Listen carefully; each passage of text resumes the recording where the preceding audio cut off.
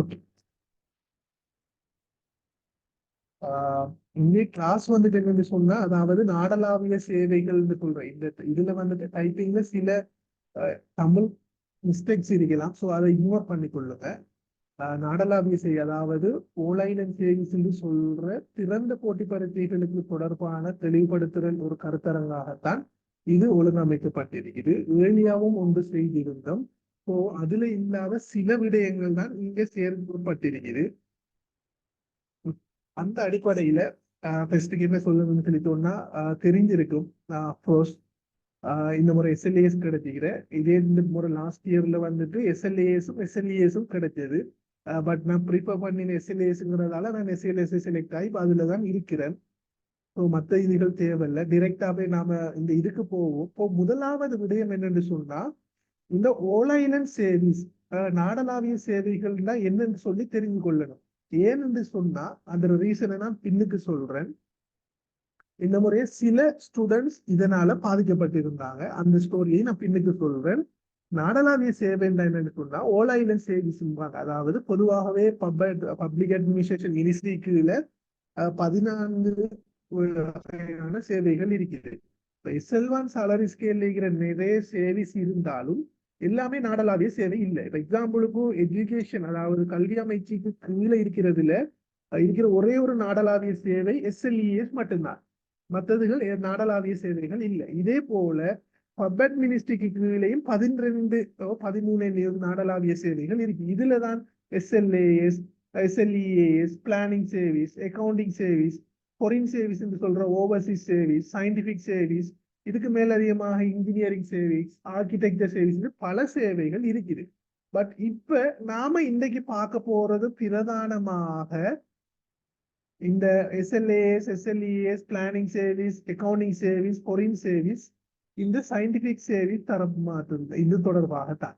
இதுல உங்களுக்கு லாஸ்டாக என்ன செய்தாங்கன்னு சொன்னா, மினிஸ்ட்ரியோட வெப்சைட்ல நாடளாவிய சேவைகள்னு சொல்லி போட்டு இந்த இவ்வளவுமே போட்டிருக்கிறாங்க. Architecture service, scientific service, planning, SLA சம்பந்தமாக எல்லாம் இருக்குது. மேலதிகமான தகவல் தேவைங்கிறவங்க உள்ளுக்கு போய் பார்த்து கொள்ள.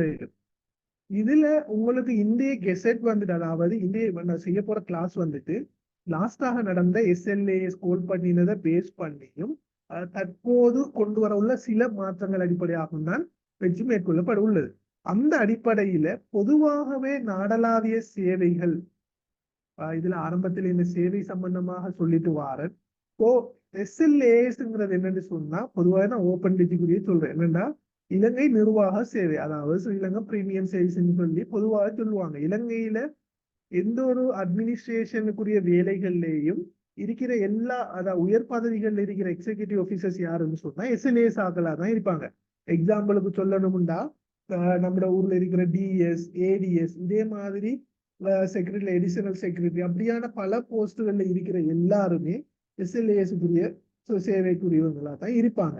இதே போல கல்வியில இருக்கிறது தான் எஸ்எல்இஏஎஸ், ஸ்ரீலங்கன் எஜுகேஷன் அட்மினிஸ்ட்ரேஷன் சர்வீஸ், அதாவது கல்வி சார் அவங்களுக்கு தேவையாக அட்மினிஸ்ட்ரேஷன் செய்யறவங்க தான் இந்த எஸ்எல்இஎஸ் பார்ட்டி. இவங்கள யாருன்னு சொன்னா ஜெட்டி, ஏடி, அதே மாதிரி டிடின்னு சொல்லுவாங்க. அப்படியான போஸ்டுகள், பிடி, ப்ரொவின்சியல் டைரக்டர் ஆஃப் எஜுகேஷன், இப்படியான இது எல்லாமே இந்த எஸ்எல்இஏஎஸ்க்குரியதாக இருக்கும்.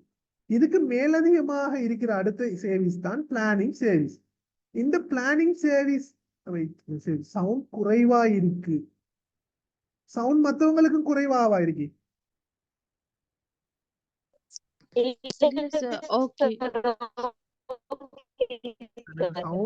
கொஞ்சம் லவுடா பேசுங்க சார். சவுண்ட் ஓகே, கிளியரா இருக்கு. ஓகே ஓகே ஓகே ஓகே, நான் சவுண்ட ஓகே பேசுறேன். அப்பயும் குறைவா இருந்தா சொல்லிக் கொள்ளுங்க, நான் உங்களுக்கு லவுட்ல போட்டுட்டு பேசிக்கொள்றேன். ஓகே, அப்ப இந்த சர்வீஸ்ல அடுத்ததாக இருக்கிறது தான் ஸ்ரீலங்கன் சர்வீஸ். இது என்னன்னு சொன்னா இலங்கை விலகலமான்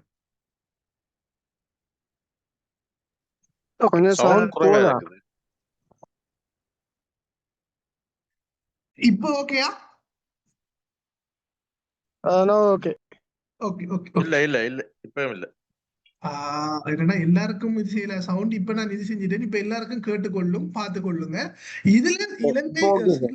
பிளானிங் சேவிஸ் ஓகே ஓகே அதாவது பிளானிங் சேவிஸ்ங்கிறது என்னன்னு சொன்னா இலங்கை திட்டமிடல் சேவை என்று சொல்றது அதாவது பொதுவாகவே அந்த பிளான் பண்ற அப்படியான வேலைகள் செய்யறது தான் இருப்பாங்க இவங்க வந்துட்டு சொன்னா டிஎஸ் ஆபீஸ்ல இருக்கிற ஏடிபி டிடிபி அடுத்தது அப்படி இல்லைன்னு சொன்னா கச்சேரியில் இருக்கிற டைரக்டர் ஆஃப் பிளானிங் இப்படியான போஸ்ட் எல்லாமே இந்த பிளானிங் சேவிஸுக்குரியதாக இருக்கும் அடுத்ததாக இருக்கிறதா ஸ்ரீலங்கன் அக்கவுண்டிங் சேவிஸ் அக்கவுண்டன்ட் சேவிஸ் ஸோ இது சம்பந்தமாக நமக்கு தெரியும் அதாவது பொதுவாகவே ஆஃபீஸில் இருக்கிற அக்கவுண்டன்ட் மாரெல்லாம் அக்கவுண்டிங் சேவிஸுக்குரியவங்களாக இருப்பாங்க இதுக்கு மேலதிகமாக இருக்கிறது தான் ஸ்ரீலங்கா ஃபாரின் சேவிஸ் இது என்னன்னு சொன்னா சிலவங்க எஸ்எல்எஃப்எஸ் என்று சொல்லுவாங்க சிலவங்க எஸ்எல்ஓஎஸ் அதாவது ஓவர்சீஸ் சேவிஸ் இலங்கை சார்பாக வெளிநாடுகள்ல வேலை செய்யறது அதாவது இலங்கை பொதுவாகவே வெளிநாட்டு தூதுவர்களை பெரும்பான்மையானவர்கள் ஸ்ரீலங்கன் ஃபாரின் சேவிஸ் உரியவர்களாக இருப்பாங்க அப்ப அவங்களில ஃபர்ஸ்ட் செக்ரட்டரி செகண்ட் செக்ரட்டரி எல்லாம் இதுல கொடுப்பாங்க இப்படி வெளிநாட்டுல போய் தூதுவர்கள் இது செய்யறேன்னு சொல்லி சொன்னா இப்படியான இந்த இதுக்கு போய் கொள்ளலாம்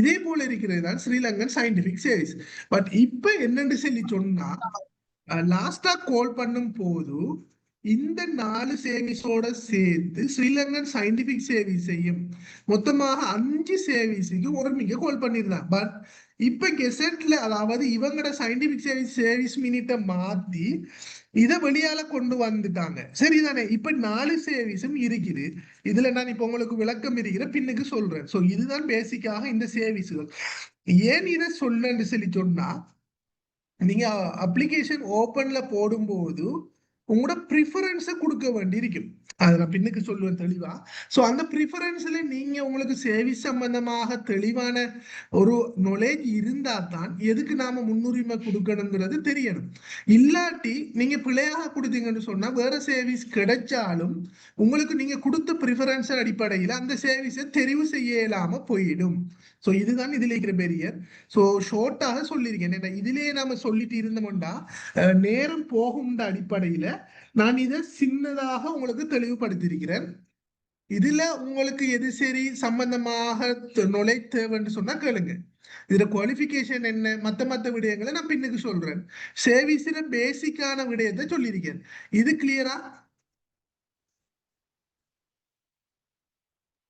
okay sir okay okay so இதுக்கு மேலதிகமா இன்ஜினியரிங் சர்வீஸ் ஆர்கிடெக்சர் அதெல்லாம் அந்தந்த அவங்களோட ப்ரொஃபஷனல் குறிக்கிறது ஸோ அது தேவையில்லை ஓகே தயவுசெய்து மியூட் பண்ணி வச்சுக்கொள்ளுங்க சார் என்னன்னு சொன்னா இப்ப டிகிரி கம்ப்ளீட் ஆகி எந்த ஒரு சர்வீஸும் இல்ல கவர்மெண்ட் ஒர்க் இல்லன்னு சொன்னா இப்ப அதுக்கு தான் மாறேன் நான் இன்னும் உங்களுக்கு இப்ப சேவிங்ஸ் என்னங்கிறத சொல்லியிருக்கேன் அதுக்கு என்ன குவாலிஃபிகேஷன் வேணும் ஏஜ் என்னங்கிற சம்பந்தமா பார்த்துக்கொள்ளும் ஓகே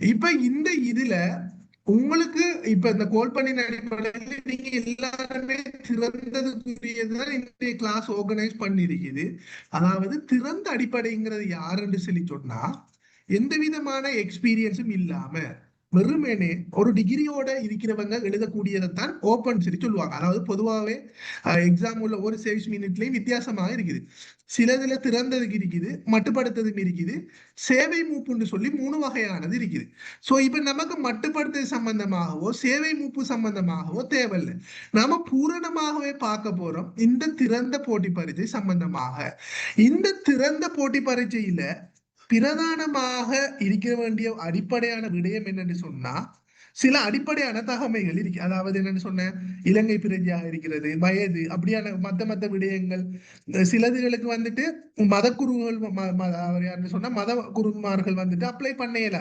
அப்படியான பேசிக்கான தகமையோட உங்களுக்கு டிகிரி வேணும் என்ன பேசிக்காக யூஜிசி ரிகக்னைஸ்ட் யூனிவர்சிட்டியில முடிச்ச அதாவது யூஜிசியில இருக்கிற பல்கலைக்கழகங்கள்ல முடிச்ச பட்டம் சரிதான பல்கலைக்கழக மானியங்கள் ஆணைக்குழுவினால் அங்கீகரிக்கப்பட்ட பல்கலைக்கழகத்துல முடிக்கப்பட்ட ஏதாவது ஒரு பட்டம் ஒன்று இருக்கணும் அதோட அவங்க சொல்ற வயது இருந்தா இங்க சொல்ற இந்த 3 குவாலிபிகேஷனும் ஓகேன்னு சொன்னா நீங்க திறந்த போட்டி பரீட்சை கூட அப்ளை பண்ணலாம் விளங்கிட்டா பேசிக்கான தகமை இந்த 3 விடயம் தான் இது உங்களுடைய இந்த இதுல நம்ம அடிப்படையானதுங்கிறதுல கூடிய பாக தேவையில்லை. ஏன்னு சொன்னா இதுல என்ன பொதுவாகவே இலங்கை பிரஜையாக இருக்கணும், சிலதலுக்கு மத குருவா இருக்கணும், அப்படியான விடயங்கள் தான் போட்டிருப்பாங்க. மத்தபடி எதுவுமே இல்லை.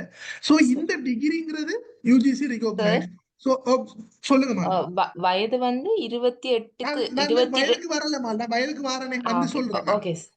இப்ப நான் நார்மலாவே இந்த 3 குவாலிபிகேஷன் தான் தேவைங்கிறத சொல்லிக்கேன். சோ இப்ப நமக்கு இங்க அடிப்படைங்கிறதுல எந்த பிரச்சனையும் வராது. நார்மலா பெரும்பான்மையானவங்களுக்கு 95% வராது.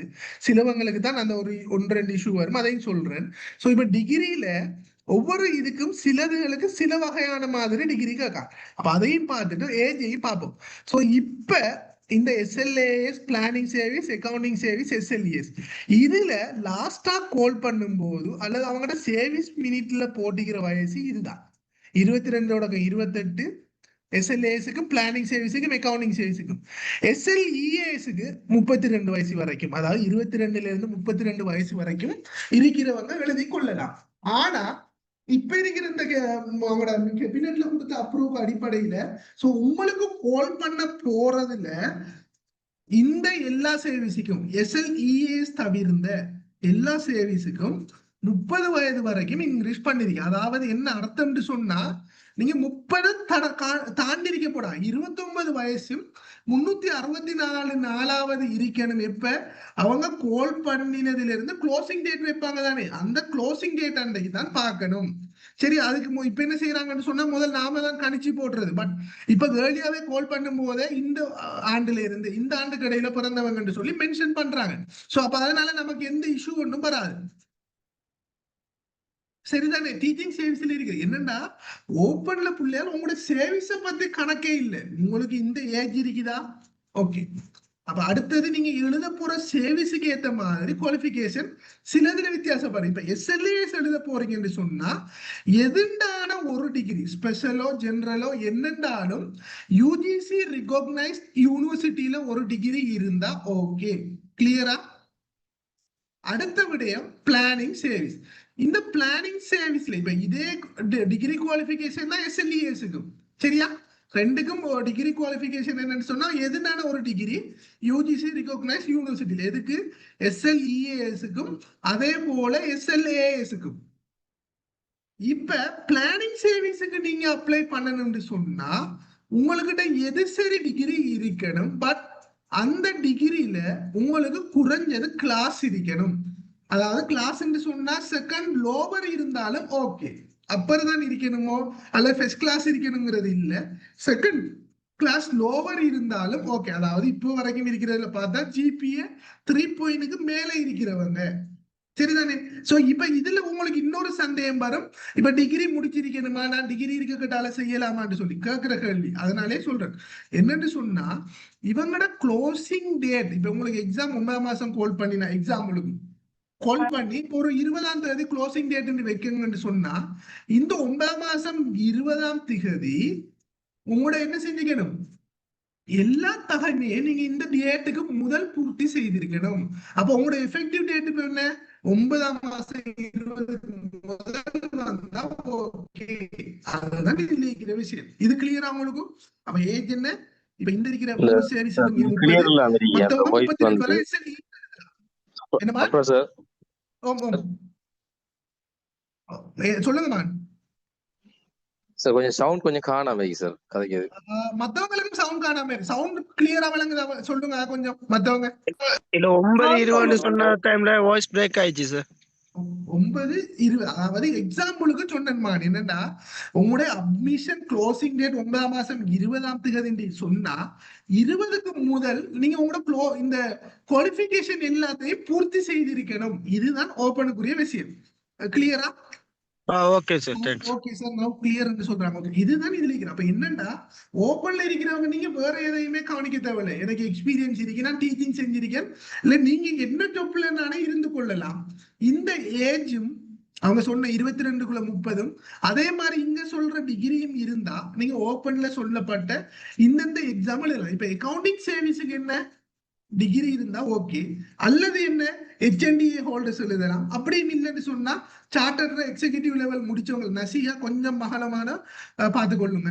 அப்ப இவங்களும் இந்த அக்கவுண்டிங் சர்வீஸ் எழுதலாம். அதாவது அவங்களுக்குரியதானே. இதே மாதிரி தான் சயின்டிபிக் சர்வீஸ் இப்ப கால் பண்ணி செஞ்சிருக்கு. அதுக்கு என்னன்னு சொன்னா பிஎஸ்சி டிகிரி இருக்கணும், A level சயின்ஸ் படிச்சுக்கணும். ஒவ்வொரு கேட்டகரிக்கும் அதாவது ஒவ்வொரு வேகன்சிக்கும் ஏத்த மாதிரி குவாலிஃபிகேஷன் மாறி கேட்பாங்க. அதுக்கு ஏத்த மாதிரி நமக்கிட்ட இருந்தா அதுக்கு நாம அப்ளை பண்ணி எழுதி கொள்ளலாம். சோ அது சம்பந்தமாக உங்களுக்கு ஒரு பிரச்சனையும் இல்லை. இப்ப இந்த குவாலிஃபிகேஷன் சம்பந்தமா கிளியரா உங்களுக்கு? Okay sir. சரி, வணக்கம். ஹலோ சார், வணக்கம் சொல்லுங்கம்மா. சார். 30 வயது வந்தவருக்கு என்ன பொருத்தமா இருக்கும்? 30 வயசு தாண்டினவன், அதாவது 22 30ங்கிறது அர்த்தம் என்னன்னா இந்த க்ளோசிங் டேட் அன்றைக்கு உங்களோட வயசு 30 29 வயசு 364 நாள் வந்திருந்தாலும் உங்களுக்கு ஓகே. சரியா? எக்ஸாம்பிளுக்கு லாஸ்டா கால் பண்ணின டைம்ல 28 வயசு கேட்டிருந்தாங்க SLASக்கு. சோ எந்த வயசு அந்த டைம்ல 27 வயசும் நினைக்கிறேன் 304 இன்னொரு ஒரு மாசம் என்ன தாண்டி கால் பண்ணியிருந்தா எனக்கு அந்த சான்ஸ் இல்லாம இருக்கும். சோ என்ன எங்களோட பெஞ்சில இருந்த நிறைய பேருக்கு எழுத இல்லாம போயிடுச்சு SLAS. காரணம் என்ன? அந்த ஏஜ். சோ சொன்ன டேட்டுக்கு எதுவுமே தாண்டக்கூடாது. சோ அப்ப 30 வயசுன்னு சொன்னா நீங்க SLAS தான் டார்கெட் பண்ணலாம். சரியா? இது கிளியரா உங்களுக்கு இப்ப? சரி சார். இப்ப இந்த இதுல சோ நான் போட்டிருக்கிறேன் பொதுவான தகவல்கள் என்ன மெசேஜ் வந்திருக்கு. லிமிட்டட் ஆக்களுக்கும் கிளாஸ் இது செய்யறப்பா நீங்க டீடைல்ஸ் வேணும்னு சொன்னா நான் உங்களுக்கு கடைசியில போன் நம்பர் போட்டீங்க மென்ஷன் பண்ணுங்க, நான் அதுல சம்பந்தமா டீடைல்ஸ் தரேன். அன்எம்ப்ளாய்மெண்ட் என்னன்னா நான் SLAS ஓபன் சொல்றேன் என்னண்டா எல்லாமே அவங்க கேட்டது கேள்வி சொல்லிட்டு வரேன். இதுல இருக்கிற எல்லாமே வந்துட்டு ஓப்பன்ல, அதாவது திறந்த குறிச்சி, அதாவது எந்த விதமான எக்ஸ்பீரியன்ஸும் இல்லாதவங்க எழுதுறது. எக்ஸ்பீரியன்ஸோட இருந்தா நீங்க மட்டுப்படுத்துறதுக்கு போவீங்க. சோ எக்ஸ்பீரியன்ஸ் இல்லையா, நான் சொன்ன இவ்வளவு மட்டும் போதும் உங்களுக்கு. இதை தவிர எனக்கு எக்ஸ்பீரியன்ஸ் இருக்கணுமா இல்லையாங்கிற கேள்விதான் நமக்கு தேவையில்லாத கேள்வி. இவ்வளவு இருக்கா நீங்க ஓப்பன்ல எழுதலாம். அதை மட்டும் நினைவு வச்சு கொள்ளுங்க. Okay sir. க்ளோசிங் டேட் இருந்தால் ஃபைனல் எக்ஸாம் முடிஞ்சிருக்கும். சிலர் கன்வகேஷன் முடிஞ்சிருக்கணும். என்னமா கொன்வகேஷன் தேவையில்லை. இப்ப என்னன்னா உங்களோட எஃபெக்டிவ் டேட்டும் உங்களுக்கு ரிசல்ட் சீட்டும் வந்திருந்தாலும் ஓகே. பட் உங்களுக்கு இந்த எக்ஸாமுக்கு அப்ளை பண்றது டைம்ல உங்களுக்கு ரிசல்ட் சீட் வராட்டியும் பிரச்சனை இல்லை. எஃபெக்டிவ் டேட் தெரிஞ்சா ஓகே, அதுக்கு போட்டுட்டு நாம அப்ளை பண்ணலாம். எங்க ஆனா இன்டர்வியூக்கு போகும்போது நம்ம ரிசல்ட் சீட் எல்லாம் நமக்கு கையில இருந்துக்கணும். கொன்வகேஷன் நடக்கணுங்கிறது இல்ல, யூனிவர்சிட்டியில முடிஞ்சுங்கிற டிரான்ஸ்கிரிப்டையும் எடுத்துட்டு செஞ்சு கொள்ளணும். விளங்கிட்டா? கிளியரா? Okay sir. நாங்க சார் இந்த ஓப்பனுக்குரிய அந்த ஏஜ் இது ஐட்டம் சேவிஸ் இருக்கு, அங்க இந்த லிமிட்டெட்டுக்கு தான் வருவோம். நாங்க இதுல ஜாயின் ஆகலாமா சார்? இந்த இது உங்களுக்கு ஃப்ரீ இது இல்லமா, லிமிட்டெடுக்கு வரைய நேத்தும் சார் செய்தாரு. உங்களுக்கு மேலதிகமான தகவல் தேவைன்னு சொன்னா நீங்க எனக்கு தனிப்பட்ட முறையில மெசேஜ் பண்ணி கொள்ளுங்க, நான் லிமிட்டெட் அவங்களுக்கு சொல்றேன். சரியா? சரி சார். ஓகே. இதுதான் பொதுவான வளமையாக கேட்கிற பொதுவான தகமைகள். சரிதானே?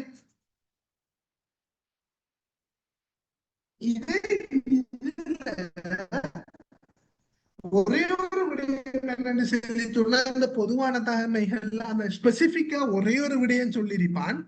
மதகுரு அக்கவுண்டிங் சர்வீஸ் இந்த SLAS, ஆனா எஜுகேஷன் சர்வீஸுக்கு அவங்களுக்கு சலுகை கொடுத்திருக்கு. சரியா?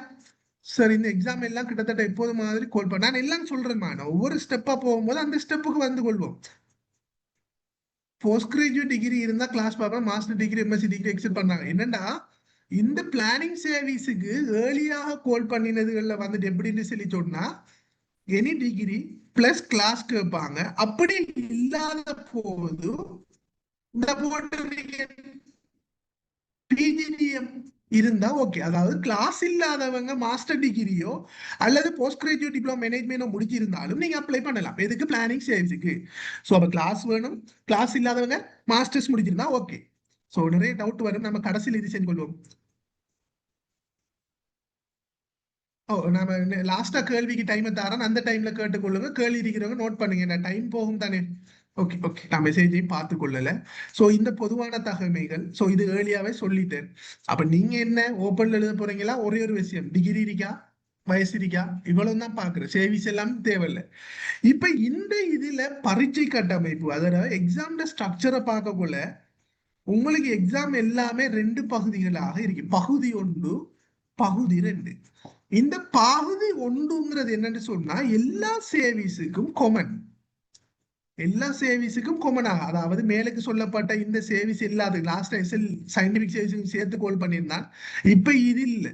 இந்த 4 சர்வீஸுக்கும் கொமனாக தான் நடக்கும். இதே இதுல இப்ப அக்கௌண்டிங் சர்வீஸையும் வெளியே கொண்டு வர்றதுக்கு இது நடந்துட்டு. ஸோ இதனாலதான் உங்களுக்கு கொஞ்சம் டிலே ஆகுது. காரணம் என்னன்னு சொன்னா நாள் கொஞ்சம் கூடுதலா எடுக்கிறால சில சர்வீஸ் வந்துட்டு வெளியேறதுக்கு விரும்புறாங்க. பட் இதனால அந்த டிஸ்கஷன் போயிட்டு இருக்குது. அது முடிய உங்களுக்கு இந்த அக்கௌண்டிங் சர்வீஸ் வெளியேறுவாங்க, இல்ல எல்லாத்துக்கும் சேர்த்து ஒன்றாக கால் பண்ணி பட்டுக்கொள்ளும். சரிதானே? இப்ப இந்த பகுதி பரீட்சையில பகுதி 1 எல்லாத்துக்கும் போதும். இந்த பகுதி 2 என்னண்டா, நீங்க ஏற்கனவே அந்த பகுதி எக்ஸாம் உங்களுக்கு என்னென்ன சர்வீஸுக்கு நீங்க அப்ளை பண்றீங்களோ பகுதி 1 பாஸ் ஆனவங்க பகுதி 2ல அந்தந்த சர்வீஸுக்குரிய பாடங்களை எழுதணும், காசை கட்டி எழுதணும். இதுதான் இதுல இருக்கிற. இப்ப பகுதி 1ல என்னன்னு சொன்னா 2 பாடம் இருக்கு. அதாவது கொமன் எக்ஸாம், எல்லாருக்கும் பொதுவான எக்ஸாம், மாற்றம் ஒன்றும் இல்லை. என்ன சர்வீஸ் நீங்க எழுதாலும், இப்ப எக்ஸாம்பிளுக்கு ஒருத்தர் SLAS, SLES, accounting service, planning service சொல்லி 4 சர்வீஸுக்கும் அவர் அப்ளை பண்றாருன்னு இருந்தாலும் இந்த எக்ஸாம் ஒரு தடவை தான் எழுதுறது. எல்லாத்துக்கும் கொமனாகவே இந்த எக்ஸாம் எழுதுறது. அதாவது இந்த மார்க்ஸும் என்னைய போதும் உங்களுக்கு பின்னு கேட்டா நான் அது சம்பந்தமா உங்களுக்கு கிளியர் படுத்தி விடுறேன் பின்னுக்கு. சோ அப்ப பகுதி 1ல என்ன இருக்கிற பாடம் எல்லாத்துக்குமே சர்வீஸுக்கு கொமனா நடக்கும், ஒரு தடம் தான் எழுதுறது. சோ இதுல இருக்கிற என்னன்னு சொன்னா 2 பாடங்கள் இருக்கு. ஒன்று IQ, 2வது காம்ப்ரிஹென்ஷன், நுண்ணறிவு அல்லது கிரகித்தல். 2 பாடமும் தான் இருக்கு. இந்த பாடத்துல நீங்க ஸ்ட்ரக்சரை பாத்தீங்கன்னு சொன்னா உங்களுக்கு லாஸ்டாக இப்படித்தான் போட்டிருந்தான் IQ, கிரகித்தல். இதுல என்னன்னு சொல்லி சொன்னா ஏர்லியாவே இந்த சேல்ஸ் மினிட், அதாவது எக்ஸாம் லாஸ்டா கால் பண்ணதுக்கு முதல் ஒவ்வொரு சர்வீஸுக்கும் வித்தியாசமா இருந்தது. ஏன்னா SLASக்கு 1.5 மணித்தியாலம் 60 வினா, அதுக்கு பிறகு 1 மணித்தியாலம் 50 வினா ஆக்கினான். பிளானிங் சர்வீஸுக்கு 1 hour 50 வினா, ஃபாரின் சர்வீஸுக்கும் அதே மாதிரி தான் இருந்தது.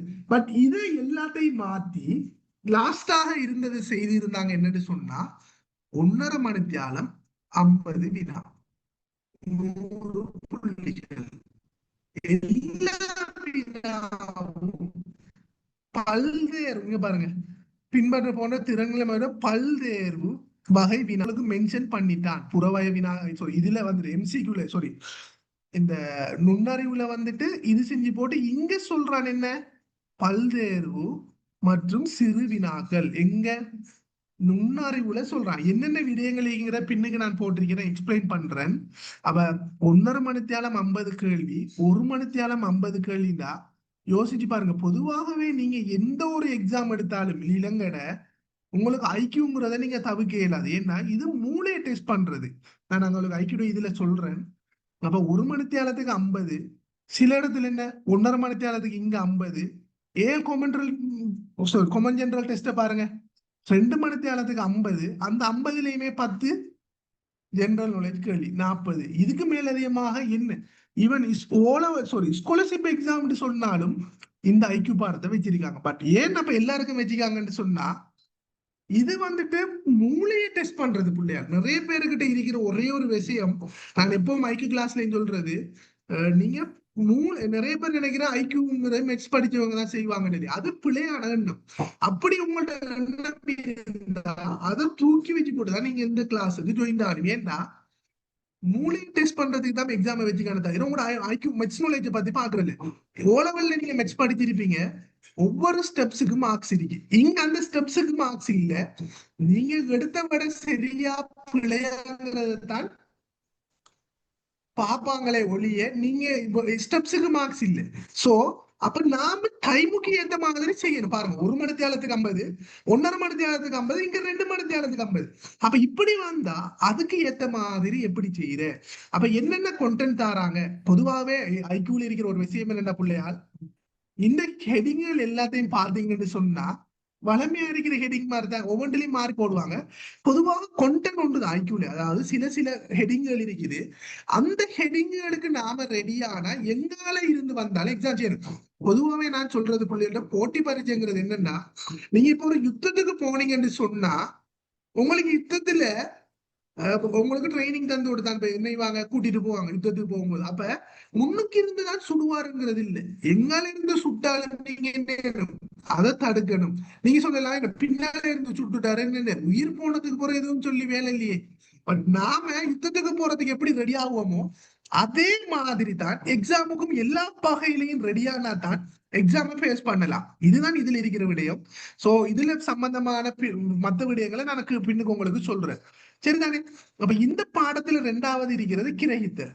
இதுல புறவய வினாக்கள்னு சொல்லி போட்டு இந்த எக்ஸாம் இதுக்கு முதல் SLPS பிளானிங் சைஸ்ல லிமிட்டெடுக்கு நடந்திருந்தது. இதைத்தான் இங்க காப்பி பண்ணி வச்சாங்க. இதுக்கு முதல் ஸ்ரீலங்கன் ஃபாரின் சர்வீஸ் தனியே நடந்தது. அவங்களுக்கு பார்ட் 1 பாஸ் ஆனவங்களுக்கு தான் பார்ட் 2 வச்சாங்க. இந்த பகுதி 1 எக்ஸாம்லையும் கூட என்ன செய்தாங்க, இந்த வினாவை வச்சு போட்டு புறவய வினான்னு சொல்லி இதுல எல்லாமே புறவயமா போட்டாங்க. அதாவது கிட்டத்தட்ட ஒரு 20 கேள்வி கிட்ட தனி வாக்கியம் எழுதுறதும் ஏனைய ஆமில நிச்சயிக்க முடியாது மத்த கேள்விகளையும் போட்டு முடித்தாங்க. இதுக்கு மேலதிகமாக SLEAS லிமிடெட்லையும் உங்களுக்கு என்ன செய்தாங்கன்னு சொல்லி சொன்னா, SLEAS லிமிடெட்ல உங்களுக்கு இந்த புறவாய் வினாண்டு போட்டு அவங்களுக்கு சுருக்கத்தை போட்டு காட்டியிருந்தாங்க. பட் முந்த நாள் நடந்த சனிக்கிழமை நடந்த இன்லேண்ட் ரெவென்யூ பேப்பர்ல இதுல கெசெட்ல இதே விடயங்களை தான் போட்டிருக்கான், எந்த மாற்றமும் இல்லை. இங்காலதான் மாற்றிருக்கான் என்ன, ஒரு 2 மணித்தியாலத்துக்கு பதிலா 1.5 மணித்தியாலம். ஆனா அவங்களுக்கு கட்டுரை சுருக்கம் எல்லாம் போட்டிருக்கான். அப்ப அப்படின்னு என்ன அர்த்தம், நீங்க இது இல்ல எல்லா வகைக்கும் படிச்சு கொள்ளணும்ங்கிறதுக்கு தான் இதை காட்டுறான். அப்ப நாம இதுக்கு படிக்கிறதுக்குன்னு சொல்லி வேகம் இருக்குது. இப்ப எக்ஸாமுக்கு நம்ம எங்கால போனாலும் ரெடி ஆகணும், பட் இதுலயும் கூட கான்சென்ட்ரேட் பண்ணணும். ஏண்டா ஒரு கேள்வி போட்டா பிள்ளையார் சரிண்டா சரி பிளண்டா அதோட நம்ம மார்க்ஸ் இல்லை பிளண்டா. ஆனா இங்க என்ன மத்தபடி வரக்குள்ள ஓரளவுக்கு ஏதோ மார்க்ஸ் வரும். ஆனா கூடுதலா எடுக்கிறதுக்கு நம்ம பெஸ்டா செய்யணும். அப்ப இதுதான் இதுல இருக்கிற விஷயம். சோ இது சம்பந்தம். இப்ப இதுல அடுத்த விடயம் என்னன்னு சொன்னா பார்ட் 2. இந்த பார்ட் 2க்கு நீங்க எழுதுறதுக்கு முதல் இந்த 2 எக்ஸாம்லயும் ஒரு பாடத்துல பாஸ் மார்க்ஸ் எத்தனை சொன்னா 40. ஒரு பாடத்துல குறைஞ்சது 40க்கு குறையாம எடுக்கணும். ஆனா 2ஐயும் கூட்டக்குள்ள உங்களோட கூட்டுத்தொகை 100க்கு மேல வரணும்.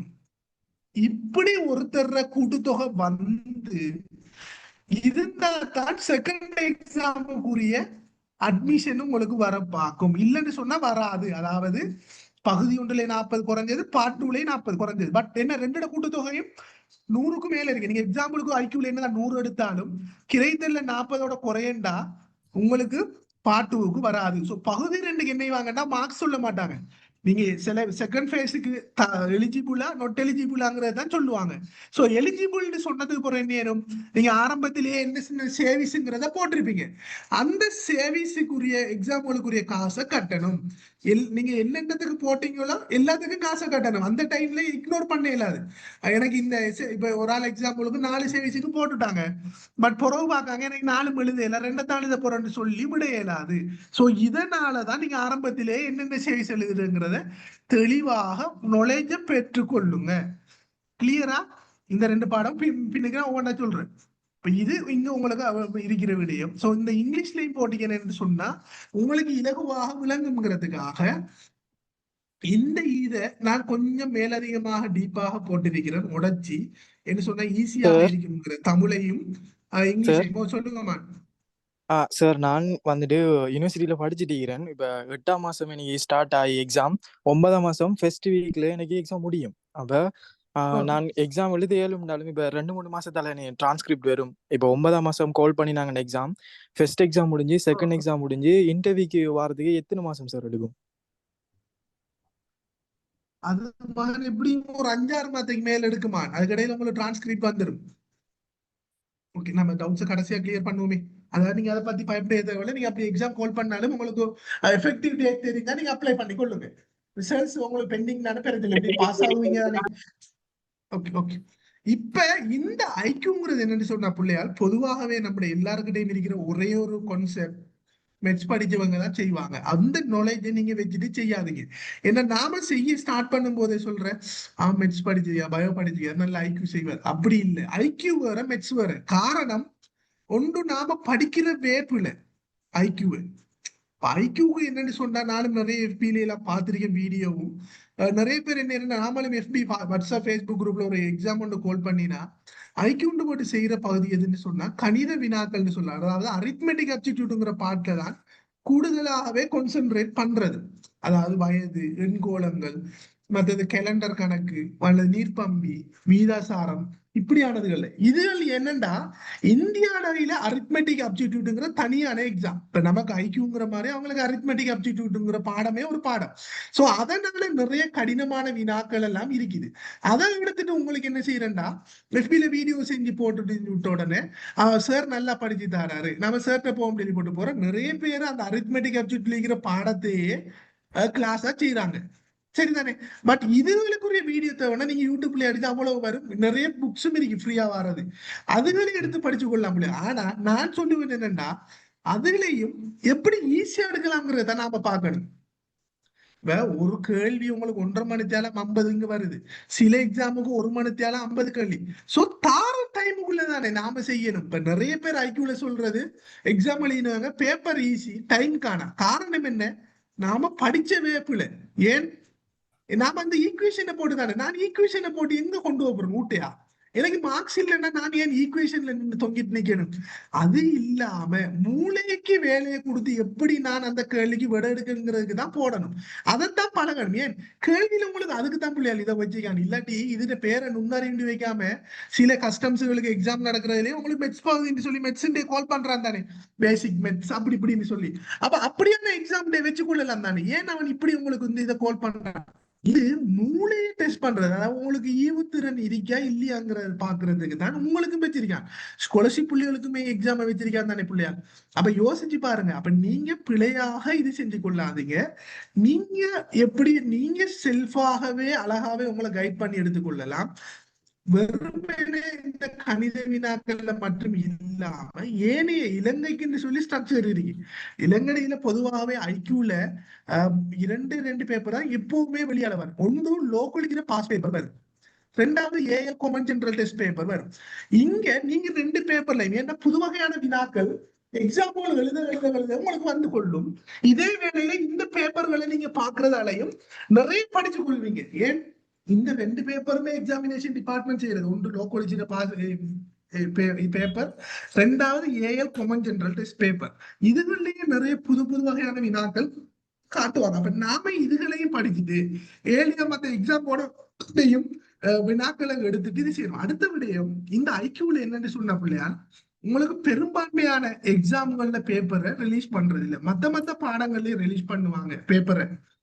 எக்ஸாமினேஷன் வெப்சைட்லயே போட்டாலும் ஐக்யூ போறல. ஏண்டா ஐக்யூல பேப்பர்ல போட்டா கேள்வி எப்படி உருவாக்கி போடுறது? சோ அதனாலதான் பேப்பரை போடாம என்ன வாங்கடா வச்சிருந்து நான் அந்த கேள்வி ஒரு 10 வருஷத்துக்கு ஒரு மோடிஃபை பண்ணி கொஞ்சம் மாத்தி ஒரு ஆள் முகத்தை மாத்துற மாதிரி கேள்வியில மாத்தி போட்டு திரும்ப பேப்பரா போடுவாங்க. அதுக்கு ஏத்த மாதிரி எடுத்து செட் பண்ணி டைமுக்கு ஏத்த மாதிரி. சோ அப்ப நாம என்ன பாஸ் பேப்பரை படிக்கிறது, இந்த வினாக்களை படிக்கிறது. படிக்கும் போது வெறுமனே விட எழுதுறது இல்லை. பூமிக்குள்ள நான் இந்த கிளாஸுக்கு வராக்களுக்கும் சொன்னவங்களும் இந்த ஐக்யூட இன்ட்ரடக்ஷன் வீடியோ ஒன்றும் செஞ்சிருக்கிறேன். இந்த வெப்சைட்லயே நீங்க யூடியூப்ல போய் பார்க்கலாம். ஆஃப்ரோ ஸ்லோ ஸ்கூல்னு சொல்லி அடிச்சு அதுலயே வரும். அதுலயே பார்த்துட்டு பாருங்க. உங்களுக்கு என்னன்னா மூளையை யூஸ் பண்ணி எடுக்க பழகுங்க. எல்லா கேள்விக்கும் தான் ஆன்சர் தந்தா பிள்ளையால் 4 ஆன்சர் இருக்கின்றான், 4ல 1 தான் சரி. அப்ப நான் இந்த 4ல 1ல இருந்து எப்படி எடுக்கிறத படிக்காம ஏன் ஈக்குவேஷனை போட்டு பழகணும்? இப்ப நான் உங்களை மயக்கிறேன்னு சொன்னா எஃபில போயிட்டு என்ன சொன்னா ஒரு நல்ல இந்த நான் சொன்ன மாதிரி மெட்ஸ்லேங்கிற ஒரு வினாவை போட்டு ஷார்ட் கட்னு சொல்லி போட்டு அப்படி இப்படி ஏதார பி சக பின்னு சொல்லி ஏதோ ஒன்று போட்டோம் அல்லது வேற வீடியோ போட்டா என்ன செய்வீங்க? சார் பெரிய கஷ்டமான ஒரு வினாவை நல்லா விளங்கப்படுத்திக்க கிளாஸுக்கு வரீங்க. இது பொய்யான வேலை. என்னன்னா இது ஐக்யூ இல்ல பிள்ளையாரு. இப்ப உண்மையாவே மெட்ஸ்ல என்னோட எக்ஸ்பர்ட் ஆனவங்க இருக்காங்க நிறைய. ஏன்னா எனக்கு மெட்ஸ் உண்மையா சொல்ல போனா மெட்ஸ்ல அதாவது நுழைச்சி இல்லை எனக்கு பெருசா. நான் ஏன் மெட்ஸ் படிக்கவோ இல்லை ஒண்ணும் இல்லை. பட் நிறைய பேர் எம்எஸ்சி முடிச்சவங்களா இருப்பாங்க. பட் அவங்க என்னன்னு சொன்னா ஐக்யூ பேப்பரை செய்ய மாட்டாங்க. அவங்களோட வந்து ஈக்குவேஷன் கூட போறாங்க. அது இங்க தேவையில்லை. சரிதானே? அப்ப அதுக்கு ஏத்த மாதிரி நீங்களே உங்களை தயவுசெய்து மியூட் பண்ணி வச்சு கொள்ளுங்க பிள்ளை, மத்தவங்களை டிஸ்டர்பா இருக்கு வீடியோ இது செய்யும் போது. அப்ப நீங்களே உங்களை தயார்படுத்துறதுக்கு ஏத்த மாதிரி நீங்க பிராக்டிஸ் எடுத்துக்கொள்ளுங்க. கேள்வி எடுத்தா இதை எப்படி செய்யறது, அப்ப ஒவ்வொன்றுக்கும் ஒவ்வொரு ஸ்டெப் இருக்கு. கட்டாயம் டைம் மேனேஜ்மெண்ட் தான் பிள்ளைகள் ஐக்குள்ள மெயினான இம்பார்ட்டன்ட். இப்ப 50 கேள்விண்டா என்ன பொறுத்த வரைக்கும் நான் ஒரு எக்ஸாம்ல பொதுவாகவே நான் சொல்லுவேன் என்னன்னா, நான் எக்ஸாம் எழுதினாலும் இந்த SLAS எழுதி கூட நான் 50 கேள்வி செய்யணும் போனதே இல்லை. ஏன்னா யாரும் 100 மார்க்ஸ் எடுக்கிறது. இது உண்மையா ரியல் எஃபெக்ட். நான் என்ன எக்ஸாம் எழுதினாலும் இதை தான் டார்கெட் பண்ணுவேன். 100 மார்க்ஸ் யாரும் எடுக்கிறது இல்லை. ஏன்னா மெயினாவே நான் டார்கெட் பண்ணது காம்ப்ரிஹென்ஷனுக்கு. ஐக்யூலையும் இதே இதுதான் நடந்தது. எங்களுக்கு இந்த முறை வந்த பேப்பர் கடினமா வந்து 1.5 மணி நேரம் 50ண்டாலும் நிறைய அது ஸ்ட்ரக்சர் நான் சொல்றதுக்கு முதல். அப்ப 50ண்டா யாரும் 100 மார்க்ஸ் எடுக்காங்களா? எல்லாம் சரி இல்லையே. முதல் இருந்த பேப்பர்ல 90 92 எடுத்தாங்க. பட் அப்ப இங்க எடுக்கலன்னு சொன்ன என்ன அர்த்தம்? நான் அப்ப அது அவங்களுக்குரிய காம்படிஷனுக்கு தான் போனேன். இப்ப என்னன்னா ஓப்பன்ல எழுதுற எல்லாருமே பிள்ளையார் கிராஜுவேட்ஸ். சோ நீங்க A லெவல்ல என்ன O லெவல்ல பாஸ் ஆகி A லெவல்ல கொஞ்சம் பேரை தட்டி யூனிவர்சிட்டிக்கு போய் யூனிவர்சிட்டிலையும் போறீங்க. அதுலயுமே கிளாஸ் வச்சவங்க சில எக்ஸாம் எழுதுறீங்க. அப்ப எல்லாருமே நீங்க யூனிக்கான ஆக்கள். அப்ப உங்களில் இருந்து அதாவது இருந்து நான் யூனிக் காட்டுறதுதான் இந்த எக்ஸாம். அப்ப அதை நான் எப்படி காட்டலாம்ங்கிற மாதிரி தான் நீங்க யோசிச்சு எக்ஸாமுக்கு ரெடி ஆகணும். விளங்குதா? அப்ப இதுதான் இதுல இருக்கிற விஷயம். அப்ப 50 செஞ்சு அதுக்குன்னு பேர் இருக்கு. நான் உங்களுக்கு கிளாஸ்ல சொல்லுவேன். இப்ப இது ஷோர்ட்டாக சொல்லியிருக்கேன். சோ இந்த இதுதான் தர்க்கிக்கிற ஆற்றல், மாற்றீடு, பொருள் கோடல். சோ இதுகளை நீங்க என்ன செய்யலாம் தேவைன்னு சொன்னா உங்களுக்கு கெசட் போடும் போது கூகுள்ல சர்ச் பண்ணினாவே அதுல ஹெடிங்கள் வரும். இதுல ரிலவெண்ட் ஆனது. பட் இதுதான்ங்கிறது இல்லை. ஐக்யூல என்னன்னா எல்லா ஹெடிங்கையுமே வச்சுட்டு ஒரு கேள்விக்கே கொண்டு போகலாம். அப்படித்தான் இருக்கிறது ஐக்யூ. சோ பட் இது ஒரு மெயினான விடயம் இல்ல. பொதுவாகவே இருக்கிற விடயங்கள்ல நீங்க ஸ்டெப்பாக யூனிட்டாக படிச்சுட்டு ஒரு முதல் பேப்பர் பாஸ் பேப்பருக்கு போய் எக்ஸாமுக்கு போகும்போது நீங்க கட்டாயம் பாஸ் பேப்பரோ முதல் பேப்பரோ 50 கேள்வியை வச்சு டைமுக்குள்ள செஞ்சு பழகணும். அப்பதான் டைம் மேனேஜ்மெண்ட் வரும். அப்ப எப்பவுமே நான் சொல்றேன் ஐக்யூ பேப்பர்ல நீங்க விட எடுக்கும் போது பெண்ணை குத்தாம தான் எடுத்து பாடணும். கிரகிச்சிங்க முதலாவது கேள்வி நம்மளவங்க செய்யற பழம் என்னன்னா ஐக்யூ கேள்வி இருக்கும் அல்லது கிரைத்தல் கேள்வியை வாசிக்கிற அடுத்த செகண்ட் வந்துட்டு என்ன இருக்குங்கிறது இல்லை. விடைக்கு எடுக்கிறது ஈக்குவேஷனை போட்டு கடாடன்னு வரும். இது பிள்ளையா கேள்வியை வாசிச்சு என்ன கேட்கான். அப்ப இதை எப்படி எடுக்கலாம்ன்றத பிளான் பண்ணித்தான் நீங்க இது செய்யணும். அப்பதான் உங்களுக்கு அதுக்கேற்ற ஆன்சர் எடுக்க போகலாம். அப்ப உங்களுக்கு என்ன இந்த இதுல போட்டிருக்காங்க. அப்ப ஐக்யூ 2வது பகுதி இதுல நிறைய பகுதிகள் போட்டிருக்கிறான். ஒவ்வொன்றையும் நான் போட்டிருக்கிறேன். சோ நீங்க தேவைன்னா கெசட்ல வரும்போது சில மாற்றங்களை செஞ்சு கெசட்ல போடுவாங்க. பட் என்னன்னா இங்க டிரெக்டாவே கோஷன் எஃபெக்ட் போட்டு எங்களுக்கு கிரகித்தல் பகுதியில கேட்டிருந்தான். அங்கேயும் சொல்லியிருந்தான். இதை இங்கே போட்டதால நான் இங்க படிச்சிருந்தேன். நான் ஒவ்வொரு பகுதியிலையும் இதுல என்னங்கிறத பாக்குறது இதை கூகுள்ல சர்ச் பண்ணி எடுத்தேன். நார்மலா கூகுள்ல சர்ச் பண்ண வரும். அதுதான் கேள்வியா வரப்போறல. பட் பேசிக்கான ஐடியாக்கள் எடுக்கலாமே. அதனால எடுத்துதான் நமக்கு ஈஸியா இருக்கும். எக்ஸாம்ங்கிறது தான் யுத்த காலம். எங்களை இருந்து சுட்டாலும் நான் தடுக்கணும் இல்லையா உயிர் போயிரும்ங்கிற மாதிரி தான் நாம போகணும். இப்ப இந்த இதுல அடுத்த பகுதி தான் கிரகித்தல். சோ இந்த கிரகித்தல்ல உங்களுக்கு புறவய வினாண்டு போட்டிருந்தான். ஆனா என்ன உங்களோட பேப்பர்ல 50 சிறு அல்லது வினாக்கள் மென்ஷன் பண்ணினான். பட் அங்க மென்ஷன் பண்ணல. அதனால கட்டுரை சுருக்கம் எல்லாம் போட்டான். சோ நாம எல்லாத்துக்கும் ஏத்த மாதிரியும் படிக்க பாருங்க. சாராம்சப்படுத்தல், விவரித்தல் இதெல்லாமே போட்டிருக்கான். சம்மரைஸ் பண்றது, இது விரிச்சு எழுதுறதெல்லாம் போட்டிருக்கான். இதுகளை மதிக்கிறதுக்கு புறவாயன்னு சொல்லிட்டு பட் இதுகள்ல நாம படிக்கிறதுக்குன்னு சொல்லி சில வினாக்கள் இருக்கு. என்ன புறவாய வினாண்ட ஆமில்லை வினாக்கள், பந்தி வினாக்கள். இந்த ஆமில்லையிலேயே நிறைய இது உண்மை பிள்ளை இதுலயே பல டைப் இருக்குது. அதுகளை பாக்குறது இதுக்கு மேலதிகமாகத்தான் இந்த தனி வாக்கிய வினாக்கள். இதுலயே நிறைய டைப் இருக்குது. சார் உங்களுக்கு ஒவ்வொன்றாவே அங்க கிளாஸ்லயே சொல்லியிருப்பார். சரியா? இதுக்கு பிறகு இருக்கிறது மேலதிகமா நீங்க ஒரு காம்ப்ரிஹென்ஷன் தமிழ் எக்ஸாம் செய்ய வாரீங்கன்றா கிரகித்தல் நீங்க கட்டாயம் இப்படியான தொடர்புகள் தெரியும். நேர் தொடர்பு, நேரிடை தொடர்பு, எதிர் தொடர்பு, எதிர்கணிய தொடர்பு, காரணகாரிய தொடர்பு. இன்னொரு எக்ஸாம்ல பார்த்திருந்தேன் நிலையான தொடர்பு கேட்டிருந்தான். எக்ஸாம் இல்லை கூட்டுள்ள நிலையான தொடர்பு. அதெல்லாம் புதுசு நமக்கு. அப்ப இப்படியான சில டேர்ம் வேர்ட்ஸ்களை நாம படிக்கணும். நிலையான தொடர்பு இதுல நான் போடல. பாசிட்டிவ் ரிலேஷன் போட்டிருந்தேன். அடுத்து மியூச்சுவல் ரிலேஷன், பரஸ்பர தொடர்பு. பாருங்க என்னடான்னு சொல்லி யோசிக்கிற மாதிரி இருக்கு. இதுகளுக்கு மீனிங் தெரிஞ்சாதான் அந்த கேள்வி கேட்கும் போது எது விடங்கிறதையும் செய்யலாம். எங்களுக்கு லாஸ்டா நடந்த காம்ப்ரிஹென்ஷன்லயே கிட்டத்தட்ட 20 கிட்ட வினா 15ல இருந்து 20 வினா ஆமில்ல நிச்சயிக்க முடியா இருந்தாலும் சரி, கீழுக்கு பந்தியா தந்து விட்டு போட்டிருந்தாலும் தொடர்பு போட்டிருந்தான். 4 தொடர்பை போடுவான். நேர் தொடர்பா, எதிர்மறை தொடர்பா, பரஸ்பர தொடர்பா, நிலையான தொடர்பா. நாம தான் நினைக்கணும் இதுல எது பெஸ்ட்ங்கிறத செலக்ட் பண்ணி போட வேண்டியிருக்கு. அப்ப இதுக்கு ஏத்த மாதிரி படிக்கணும். பட் இதை எங்க படிச்சு தராங்க? அங்கதான் நீங்க நிறைய பேர் இதை பத்தி சொல்லி தரே இல்லை. உங்களுக்கு சிவராச சார்ட்ட யூடியூப்லயே போய் பார்த்தா உங்களுக்கு எல்லா வீடியோவுமே நிறைய கிடைக்குது சம்பந்தமா பாக்குறதுக்கு. சார் எல்லாத்துலயுமே போட்டிருக்கேன்.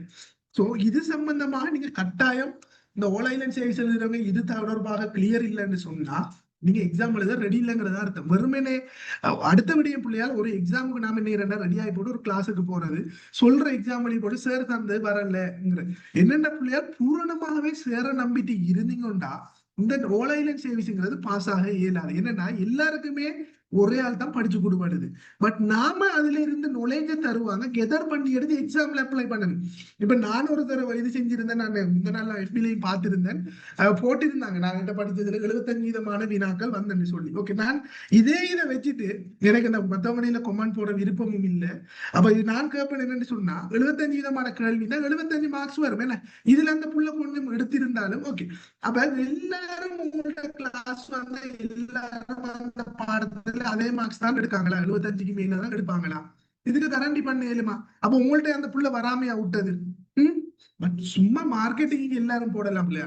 ஆனா இதை நம்பி போய் ஒரு பிரயோசனமும் இல்லை. அதைத்தான் நான் சொல்லுவேன். எங்கள்ட்ட போன ஒரு 8 பேர் படிச்சா 10 பேர் படிச்சேன்னா அந்த 10 பேர் தான் உங்களோட வகுப்புக்கு வந்தியா? அப்ப மிச்சாக்கள் எங்க போனேன்? மார்க்கெட்டிங் அதாவது அதை பிள்ளைன்னு சொல்றேன். பட் அவங்களுக்கு ஒரு பெருமை. இப்ப நான் படிச்சுன்னு சொன்னா அவங்களுக்கு அவங்களோட பெருமை தானே. பட் என்ன விஷயம்னு சொல்லி சொன்னா அப்ப மத்த பிள்ளைகள் ஏன் இது செய்யல? பட் எல்லாருக்கும் கொடுக்கணும்னு சொன்னா இதுதான் இதுல இருக்கிற விஷயம். நாடளாவிய சேவை, அதாவது ஓல் ஐலண்ட் சர்வீஸ் ஏதோ ஒரு எக்ஸாம்னா உங்களோட முயற்சி தான் ஒரு 60%, மத்த சேர்மாட்ட முயற்சி 40% தான். சோ இதுக்கு ஏத்த மாதிரி நீங்க நான் அந்த சேர்ட்டா போவேன் இவர்கிட்ட போவேன்ங்கிறது இல்லை. எல்லாருமே போய் பாருங்க, உங்களுக்கு யார் பெஸ்ட்ன்னு தோணுதோ அங்க கிளாஸ கண்டினியூ பண்ணுங்க. இதுதான் ஆக சிறந்த வழி. ஏன் இல்ல நீங்க இங்க வந்து அங்க போகணும் அப்படிங்கிறதே இல்ல பிள்ளைகள், நீங்க தான் இது செய்யறீங்க. சோ உங்களுக்கு தான் தெரிஞ்சுக்கணும். இதுல பிரதான விஷயம் இருக்குது. நான் பின்னுக்கு சில விடயங்களை சொல்றேன். சோ அதனால இது போறோம். அப்ப இப்படியான விடயங்கள் என்ன நிலையான தொடர்பு, பரஸ்பர தொடர்பு, இந்த காரணகாரிய தொடர்புலயே பல வினாக்கள் வரும். காரிய காரண தொடர்பு, காரணகாரிய தொடர்பு, அப்படி படுத்து போறோம். மற்றது உறுதிப்படுத்துறது என்ன, கூறப்படுறது என்ன, இப்படி பல விடயங்கள் இருக்குது. ஒவ்வொரு எக்ஸாம்லயும் ஒவ்வொரு மாதிரி கேட்பான். அப்ப இதுல என்னன்னா சில பொருட்கள் வந்துட்டு சில சொற்களுக்கு வித்தியாசப்படும். இப்போ சில இடத்துல நாம தனி வாக்கியத்தை போட்டிப்பான் சரியான விஷயத்தை, ஆனா கேட்டிருப்பான் கேள்வி வராது. அப்ப அந்த சரியாக சின்ன கருத்தை நாம விட்டு போட்டு இந்த தனி வாக்கியத்துக்கு மார்க் பண்ணினோம்னா கேள்விக்கு விட போல. பட் என்ன நான் சரியா தான் செஞ்சேன்னு விடுவார். நிறைய பேர் சொல்றது நான் எக்ஸாம் சரியா செஞ்சேன் மார்க்ஸ் வரல. சோ இதுக்கு காரணம் என்னன்னா சில டெக்னிக்கல் இருக்குது. எக்ஸாம்ல பொதுவாகவே எம்சிக்யூல அதாவது ஐக்யூலையும் உங்களுக்கு வந்து குறிப்பிட்ட இடைவெளியில புள்ளிக்கோட்டின் மீது விடைய எழுத சொல்லுவான். அப்ப இந்த இடைவெளியில நீங்க விடைய எழுதணும். இப்ப எக்ஸாம்பிள் ஒன்று எழுதுனா ஒன்று எழுதணும். இப்படி ஒன்று எழுதிட்டு பிழைச்சிட்டு நிலை போட்டு மேலுக்கு நீங்க 2 போட்டீங்கன்னா உங்களுக்கு எந்த புள்ளியும் இல்லை. சரியான விடை எழுதினாலும் புள்ளி இல்லை. ஏன் தெளிவற்ற இதுல ஒழுங்கான ஒரு ஸ்டாண்டர்டான ஒரு விடை எடுக்க இல்லாத பிள்ளைக்கு இவங்க எப்படி இந்த சர்வீஸை செய்வாங்கங்கிற ஒரு கொடுகோல்ல பொதுவாகவே எல்லா எக்ஸாம்ல. அதனால கட்டாயம் ஃப்ரண்ட் பேஜை வாசிக்கணும். ஏன்டா எந்த ரியல் ஃபேக்டில் அனுபவம், நான் இந்த 2020ஆம் ஆண்டு எஸ்எல்ஏஎஸ் எக்ஸாம் எழுதினேன். 2020 எஸ்எல்ஏஎஸ் எக்ஸாம் எழுதினேன். பட் அதுக்கு உண்மையாவே நான் நிறைய படிச்சேன். அதாவது மேக்சிமம் எஃபர்ட் போட்டு படிச்சேன். பட் என்ன நடந்ததுன்னு சொன்னா ஜெனரல் நாலேஜ், அதாவது எங்களுக்கு அந்த டைம்ல குளோபலும் இருந்துச்சு, லோக்கல் ட்ரெண்ட்ஸ் இருந்துச்சு. இந்த லோக்கல் ட்ரெண்ட்ஸ் பாடத்துல முன் பேஜ்ல இப்ப கேள்வி எப்படி வரும்னா இது கட்டமைக்கப்பட்ட கட்டுறோம் 1.1 1.2 1.3 சொல்லி இப்படி கேள்வி எழுதிருக்கீங்க ஒரு கேள்வியில. இதுல இங்கே மென்ஷன் பண்ணி இருந்திருக்காங்க எப்படின்னு சொன்னா ஒரு கேள்விக்கு எக்ஸாம்பிளுக்கு உபபிரிவு 1.1க்கு நான் பிழையாக விட ஒன்று எழுதினா இதுல இருக்கிற இந்த மொத்த கேள்விக்குமே புள்ளிகள் வழங்கப்படாது. பட் நான் இது என்ன இந்த ஃப்ரண்ட் பேஜ்ல சொன்னதை வாசிக்கல. என்ன இந்த ஃப்ரண்ட் பேஜ்ல சொன்னதை வாசிக்கல. பட் நான் என்ன வளமை எல்லாரும் குத்து மதிப்புல போடுற மாதிரி போட்டதால எனக்கு இந்த பாடம் ஃபெயில் ஆயிட்டுது. ஃபெயில் ஆனதால எனக்கு கிடைச்சு கொள்ளல. பட் எனக்கு இந்த விஷயம் அடுத்த டைம், அதாவது நான் இப்ப செலக்ட் ஆனது 2021ஆம் ஆண்டுக்கு எக்ஸாம் கால் பண்ணி வேற ஒருத்தர் சொல்லும் வரைக்கும் எனக்கு தெரியாது. பாருங்க அப்ப எவ்வளவுக்கு இருந்துக்கேன்னு சொல்லி. முன்பகுதி நாம வாசிக்கல. இப்படியான சின்ன சின்ன மிஸ்டேக் நம்மட லைஃப பாதிக்கும். யோசிச்சு பாருங்க. அப்ப எங்க இருக்கிற விஷயம் நான் கவனிக்கிறேன். அப்ப நான் அவர் என்ன சொன்ன டைம்ல நான் சொன்னேன், நானும் எக்ஸாம் எழுதி இப்படி ஒன்று போடலன்னு சொல்லி பொறவுக்கு வாசிச்சேன்னு சொல்லி சொன்னா. அப்ப யோசிச்சு பாருங்க எங்க இருக்குதுன்னு சொல்லி. இதுதான் நம்மளோட லைஃபை தீர்மானிக்கும். அப்ப இந்த சேவிங்ஸுக்கு நாம வரக்கோல அவங்களோட இருக்கிறவங்கள்ல இருந்து நாம யூனிக்கா எப்படி திங்க் பண்ணுவோம், எப்படி ஆன்சர் எடுப்போம்ங்கிறதுக்கு டிஃபரன்ஷியேட், அதாவது வேறுபடுத்தி நாம அவங்கள இருந்து காட்டணும். காட்டி நாம இதுக்கு எடுத்தா மட்டும்தான் நாம செலக்ட் ஆகலாம். என்னன்னா பொதுவாகவே ஜெனரல் நாலேஜும் இருக்குது. நிறைய பேர் நான் கிளாஸ் யாரையும் நான் முறை சொல்றதும் இல்லை, பட் இது சொல்லி போடுறாங்க பேப்பர்ல இருந்து எடுத்து அதுல இருந்து. இது சரியா விட என்னன்னா எல்லாருமே கிராஜுவேட்ஸ் தான் எக்ஸாம் எழுத போறது. என்ன ஜெனரல் நாலேஜ் பாடத்துக்கு நான் சொல்றது யாரையும் குறை சொல்லல, ஃபெக்ட சொல்றேன். தமிழ் மீடியாக்களுக்கு கட்டாயம் தெரிஞ்சு கொள்ளணும். இதை விட்டு போட்டு சிங்கள மீடியத்துல பார்த்துட்டு குறை சொல்றேன். நான் அதை பின்னுக்கு சொல்றேன். இது என்னன்னா நான் இப்போ ஒரு கேள்வி கேட்டான், நான் இப்படித்தான் ஸ்ட்ரக்சர் டைப் தான் உங்களுக்கு எஸ்எல்ஏஸுக்கு வரப்போகுது, பிளானிங் சேல்ஸுக்கு இதே இதுதான். இதுல ஸ்ட்ரக்சர் டைப்புங்கிறது கட்டமைக்கப்பட்ட கட்டுரை வினா. அப்ப இதுல என்னன்னா ஒரு கேள்வி வந்தா நாமளும் பாயிண்ட்ஸ் ஃபார்ம்ல எல்லாருமே கொடுப்போம். ஏன் கிராஜுவேட்ஸ் வந்துட்டு திங்க் பண்ணுவாங்க. அப்ப இது இங்க விஷயம் இல்லை, அவங்கள இருந்து ஸ்பெசிபிக்கா நான் திங்க் பண்ணணும். எக்ஸாமினர் என்ன எடுக்காரோ அதற்கு ஏத்த மாதிரி நான் ஆன்சர் கொடுக்கறதுக்கு திங்க் பண்ணி எடுக்கிற மாதிரி தான் எடுக்கணுமே தவிர வெறும் என்ன பேப்பர்ல வாரதை வச்சுட்டு இது செய்யலாம். அப்ப இதுக்கு நீங்க நிறைய எஜுகேட்டர் பண்ணணும். அதுக்கு படிக்க வேண்டிய விடயங்கள் இருக்கு. இதுக்கு நீங்க அந்தந்த சர்வீஸ்ல இருக்கிறவங்கள்ட்ட போனாதான் உங்களுக்கு நுழைஞ்ச சொல்லுவாங்க. எக்ஸ்பீரியன்ஸ் எந்த இதுவுமே இல்லை, நான் அங்க இது செஞ்சேன் இங்க பார்த்துச்சேன் 25 வருஷம் 40 வருஷம் நீங்க அனுபவம் செஞ்சா அது ஓகே. ஜெனரல் நாலேஜ்ல வந்துட்டு உங்களுக்கு ஒன் வேர்ட் ஆன்சர் தரது எம்சிக்கு ஓகே. இந்த ஸ்ட்ரக்சர் டைப்புக்கு அது சரி வராது. நான் அதைத்தான் சொல்லுவேன், வெளிப்படையான உண்மை. நீங்க அவங்க தந்த ஆன்சரும் அவங்க சொல்லுவாங்க எனக்கு நான் கொடுத்தது திருக்கல்யாணம், பட் இந்த ஆன்சர் சரியாங்கிறத யாராவது எக்ஸாம் செலக்ட் ஆனவங்கள்ட்ட நீங்க என்ன ஆன்சர் கொடுத்துங்கிற மாதிரி கேட்டு பாருங்க பாப்போம், வித்தியாசமா இருக்கு. பொதுவாகவே ஒரு ஆன்லைன் சர்வீஸ் ஒரு சர்வீஸ்ல போனவங்கள்ட்ட நீங்க கேட்டா எல்லாரும் நீங்க அந்த கிளாஸுக்கு நான் கிளாஸ் மட்டும் நான் படிக்கணும்னு சொல்ல மாட்டாங்க. அவங்களோட முயற்சியை தான் முன்னுக்கு சொல்லுவாங்க. காரணம் அவளையே சொன்ன மாதிரி 60% கூட 40% தான் நீங்க. அப்ப ரெண்டையும் சேர்த்த மாதிரி கொண்டு போனா தான் நீங்க இந்த சர்வீஸுக்கு உள்ளுக்கும் வரலாம். இதுதான் இருக்கிற ஃபேக்ட். நான் வெளியே போய் வேறு கிளாஸுக்கு சொன்னா எங்கட கிளாஸுக்கு வாங்கன்னு உங்களை சொல்லிடுவேன், பட் இதை சொல்லல, உண்மையே சொல்றேன். ஸோ நீங்களும் எஃபர்ட் போட்டு படிக்கணும். பட் தருவோம் எக்ஸாமுக்கு ஏற்ற மாதிரி தரும்போது அதுல இருந்து நாம எடுத்து நம்ம எப்படி இது செய்யலாங்கிறத அப்ளை பண்ணணும். இப்ப ஒரே ஒரு விடயம் பிள்ளையால் எக்ஸாம்ல யாரு தார கேள்வியும் உங்களுக்கு வராது. இதுதான் மெயினான விஷயம். பட் எதிர்பார்க்கப்பட்ட வினாக்கள் அப்படின்னு போட்டு செய்வாங்க. வெறும் ஏண்டா உங்களுக்கு தெரியும் ஸ்காலர்ஷிப்ல எத்தனை கேள்வி வந்தது ஒரே இதுல 3 கேள்வி. எக்ஸாம் அன்றைக்கு தான் அவர் என்ன செஞ்சது கேள்வி வெளியாகினது. அதுக்கு என்ன செய்தாங்க, எக்ஸாம் எவ்வளவு ஒளிப்படுத்தி எஸ்எல்ஏஸ் கூட 2016-17 ஒரு வினால 2 வினா அதே வினா அப்படியே இருந்தது. இதுக்காக இந்த எக்ஸாமை திரும்ப நடத்த வச்சதுன்னா அப்ப யோசிச்சு பாருங்க, உங்களுக்கு அப்படி ஒரு கேள்வி அவர் தந்தது என்று சொன்னா என்ன மாறி நடக்க இயலுமா இல்லையா? பட் நிறைய பேர் தெரியாம அதுல இருந்து இதுல இருந்தானே எஃபில எல்லாம் போடுவாங்க. பட் இது பெரிய இஷ்யூ ஆகும் பிள்ளையாங்க உங்களுக்கு. அது இது விளங்கு ஒரு கேள்வி போதும் அவர் தந்தது அப்படியே இருந்தேன்னா உங்களோட பேப்பரே மாத்தலாம். சோ யாருமே உங்களுக்கு அந்த கேள்வியை தர மாட்டாங்க, ஈவன் சிங்கள மீடியமாக இருந்தாலும். இதுதான் உண்மை. அப்ப அவங்கள்ட்ட சொல்லுவாங்க எனக்கு நான் படிச்சு கொடுத்தல 70% வந்தா 75. இப்போ A-level உங்களுக்கே தெரியும் சேர்மார் என்னை வாங்க போடுவாங்க. பட் A-level சிலபஸ் இது படிச்சு தரதையும் செய்யறதுக்கு. அப்ப இது வெறுமனே மார்க்கெட்டிங்கா செய்யறது. சோ இதுகளை நம்பிட்டு நீங்க இது செஞ்சு கொள்ளாதீங்க. உங்களுக்கு ஏத்த மாதிரி செய்யுங்க. பென்சில வெறுமனே இன்னொரு ஆள் கடையில வந்து திட்டிட்டு வந்து விட்டு இது செஞ்சு வேலை இல்லையே. நமக்கு எப்படி கூறாடிக்கணுமோ நாம திட்டினாதான் அதுக்கு ஏத்த மாதிரி. கடைக்காரன் ஒரு வகைக்கு திட்டி வச்சுப்பான், அது நாம இது செய்யலுமா இல்ல, நாம திட்டணும். அப்படித்தான் உங்களை நீங்க இது செஞ்சு கொள்றது. சோ என்னையும் நீங்க இது செய்தாலும் எல்லாத்தையும் போயிட்டு நுழைஞ்சு எடுத்துட்டு உங்களுக்கு ஏத்த வேலையை கிரியேட் பண்ணி அதுக்கேற்ற மாதிரி போங்க. இதைத்தான் நான் சொல்றேன், நீங்க ஒரு எஸ்எல்ஏஸ் ஆனா அந்த கேள்விக்கு இப்படி விட எடுப்பீங்க அப்படின்னு அடிப்படையிலே திங்க் பண்ணி எடுக்க பழகணும். ஜெனரல் நாலேஜ் எல்லாத்துக்கும் தான் இந்த பேப்பர்ல அப்ப அவங்களுக்கும் அப்படித்தான் செட் பண்ணுவான். ஓகே, இந்த இதுல இப்படியான விடயங்களை நீங்க படிச்சு கொள்ளும். இதுக்கு பிறகு இருக்கிறது தான் உங்களோட பாடங்கள் எங்க பகுதி 2க்குரியது. அடுத்த விடயம் இப்ப பகுதி 1ல் இருக்கிற 2 பாடம் நாம பார்த்திருந்தோம். ஒன்று 2வது comprehension. சோ இதுல என்னடா புள்ளியார் உங்களுக்கு இந்த எல்லா சர்வீஸும் ஒன்றா கோல் பண்றதுல இருக்கிற பெனிஃபிட், நீங்க இந்த 2 பாடத்தை மேக்சிமம் இல்ல இந்த அளவுக்கு படிக்கணும். ஏனென்றா இந்த 2 பாடத்திலையும் நீங்க ஸ்கோர் பண்ணினா, இப்ப எக்ஸாம்பிளுக்கு ஒரு ஆள் SLAS போட்டுட்டார், SLASக்கு எத்தனை பாடம்?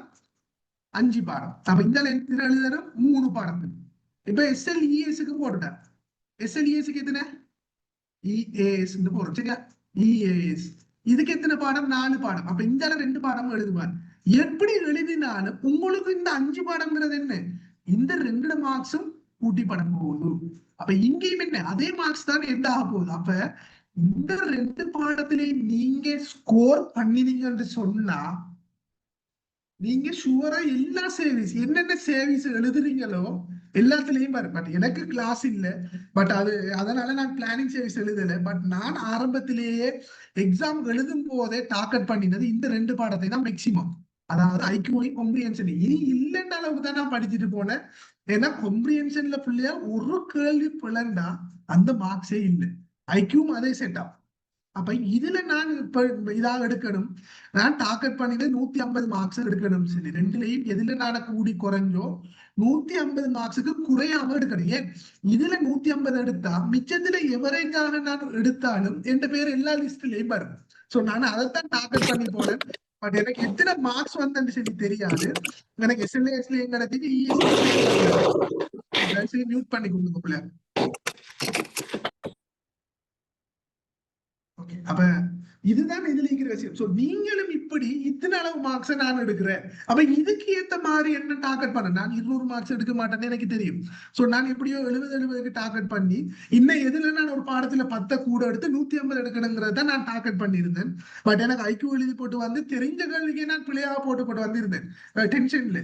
அப்ப அதான் எனக்கு கவலை ஆயிருந்தது. பட் ஆனா இப்ப எனக்கு 2லயும் வந்ததால கட்டாயம் ஒரு 140க்கு மேல மார்க்ஸ் வந்திருக்குங்கிறது எனக்கு கான்பிடென்டாக ஒரு அளவுக்கு தெரியுது.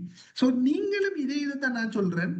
சோ எக்ஸாம் இன்னும் கால் பண்ணலன்னு இருக்காம, கால் பண்ணதுக்கு படிக்க போறோம்னு சொல்லி இருக்காம, இப்ப இருந்த இந்த பாடத்துல இந்த கெசட், அதாவது ஏர்லி இருக்கிற கெசட்டுக்கு ஏத்த மாதிரியே மேக்சிமம் படிங்க. நம்ம அதுக்கு ஏத்த மாதிரி சின்ன சேஞ்சா வரும். சோ அதுக்கு ஏத்த மாதிரி நம்ம இது செய்யலாம். சோ இதுல கரைச்சு குடிச்ச மாதிரி எடுத்துக்கொள்ளுங்க. அதாவது எப்படி எவ்வளவு நம்ம மேக்சிமம் என்ன எடுக்க இயலுமோ அவ்வளவுக்கு நீங்க ஃபிட் ஆகி போட்டுதான் எக்ஸாமுக்கு ரெடியாக போகணும். அப்ப இருக்கிற நாள்ல சில மத்த பாடங்கள்லையும் படிக்கன்னு சொல்லிட்டு சொல்லுவாங்க. பட் இதுகள்ல இருக்கிற கூடுதலாக நான் இதைத்தான் இது செய்தேன். மத்த பாடங்களுக்கு நார்மலாக நீங்க கொண்டு போனா சரி. இப்ப இதுல நிறைய பேர் போறாங்க, நிறைய மெசேஜ் போட்டிருக்குது. இப்ப நான் இதெல்லாம் பார்த்து கொள்ளல. நான் பிறகு உங்கள்ட்ட கேட்கிற டைப் இல்லை, அதை நான் இது செஞ்சு கொள்றேன். ஓகே, நிறைய போட்டிருக்கீங்க, மெசேஜ் பார்க்கல. இப்ப இதுல உங்களுக்கு என்னன்னு சொன்னா பிள்ளையால் பகுதி 1க்கு கால் பண்ணுவாங்க. அப்ப எக்ஸாம் கால் பண்ணி போட்டு என்னன்னு சொன்னா நார்மலா யூஸ்வலா 3 மாதத்துக்குள்ளே வைக்கிறது. பட் இப்ப என்னன்னு சொன்னா ஒரு டிஸ்கஷன் போயிட்டு இருக்குன்ற மாதிரி சொன்னாங்க. இந்த டைம் கொஞ்சம் கூட நாள் எடுக்கிறால குறைச்ச மாதிரி எடுக்கிறது. சோ அப்ப எக்ஸாம் கால் பண்ணினாலும் பார்ட் பண்ண எக்ஸாம் உங்களுக்கு ஒரு 40 நாளைக்குள்ள நடக்கிறதுக்கு வாய்ப்பு இருக்கு. இப்ப எல்லா எக்ஸாமும் அப்படித்தானே நடக்குது. அப்ப நடந்து ஒரு 3 மாசம் எப்பாவது வரும் பகுதி 2க்கு படிக்கிறதுக்கு. அங்கே ரிசல்ட்ஸ் வந்து திரும்ப நம்ம அட்மிஷனை போடணுமே, அப்ளை பண்ணி அதுக்கு பிறகு அவங்க அட்மிஷனை ப்ரிப்பேர் பண்ணி ஒவ்வொன்றுக்கு ஏற்ற மாதிரி செட் பண்ணி எடுக்கிறோம்ல, நமக்கு இது செஞ்சு கொள்ளும். லாஸ்டா சொன்னாங்க எங்களுக்கு என்னன்னா, நான் பின்னுக்கு அதை சொல்றேனே.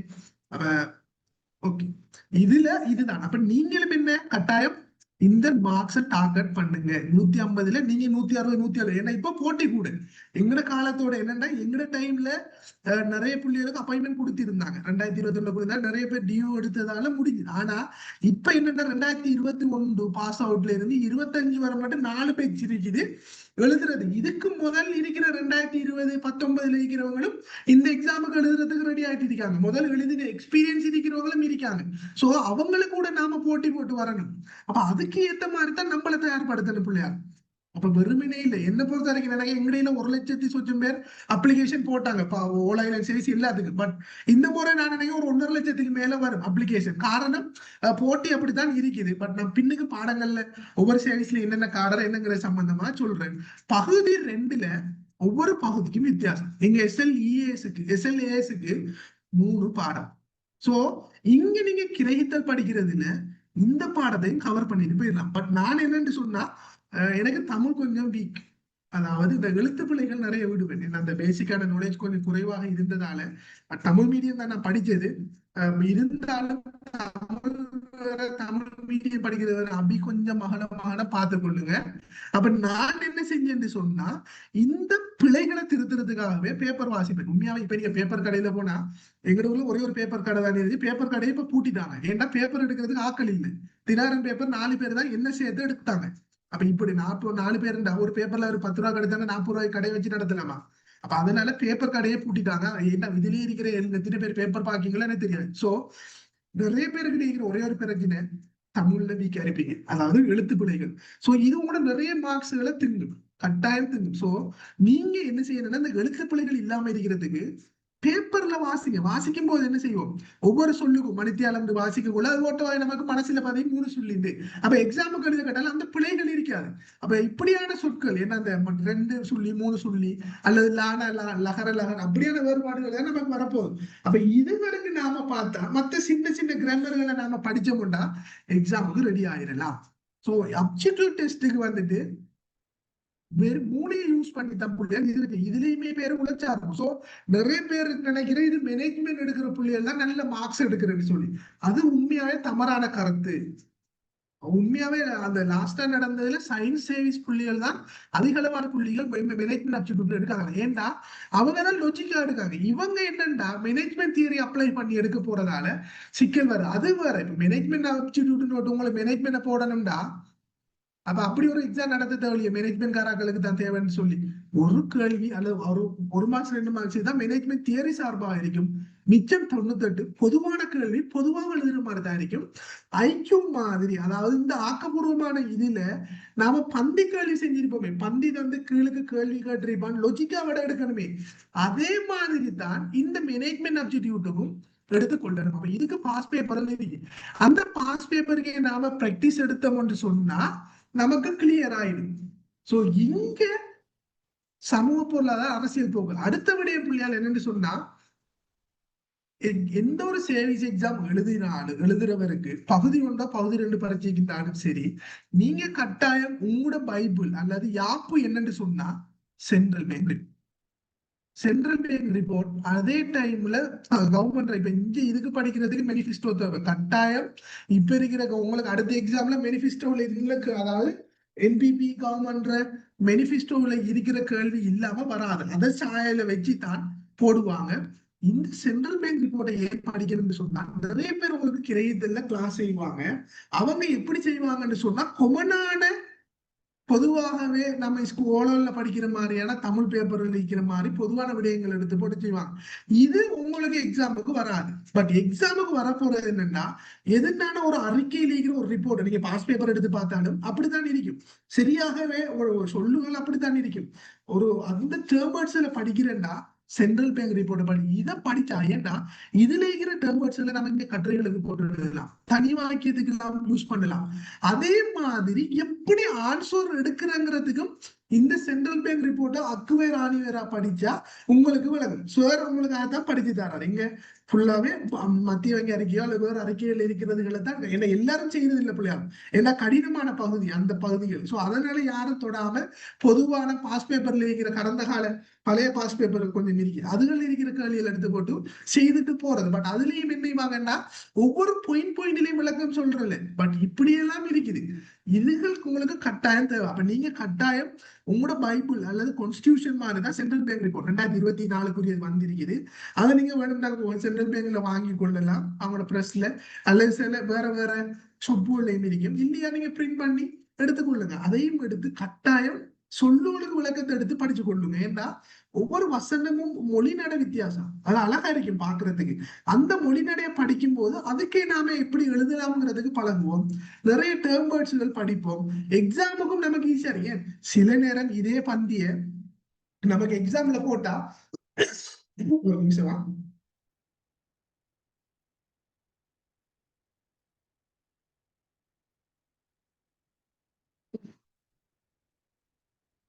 எக்ஸாம்ல போட்டா நமக்கு எவ்வளவு ஈஸியா இருக்கும் படிச்ச பந்திட்டா.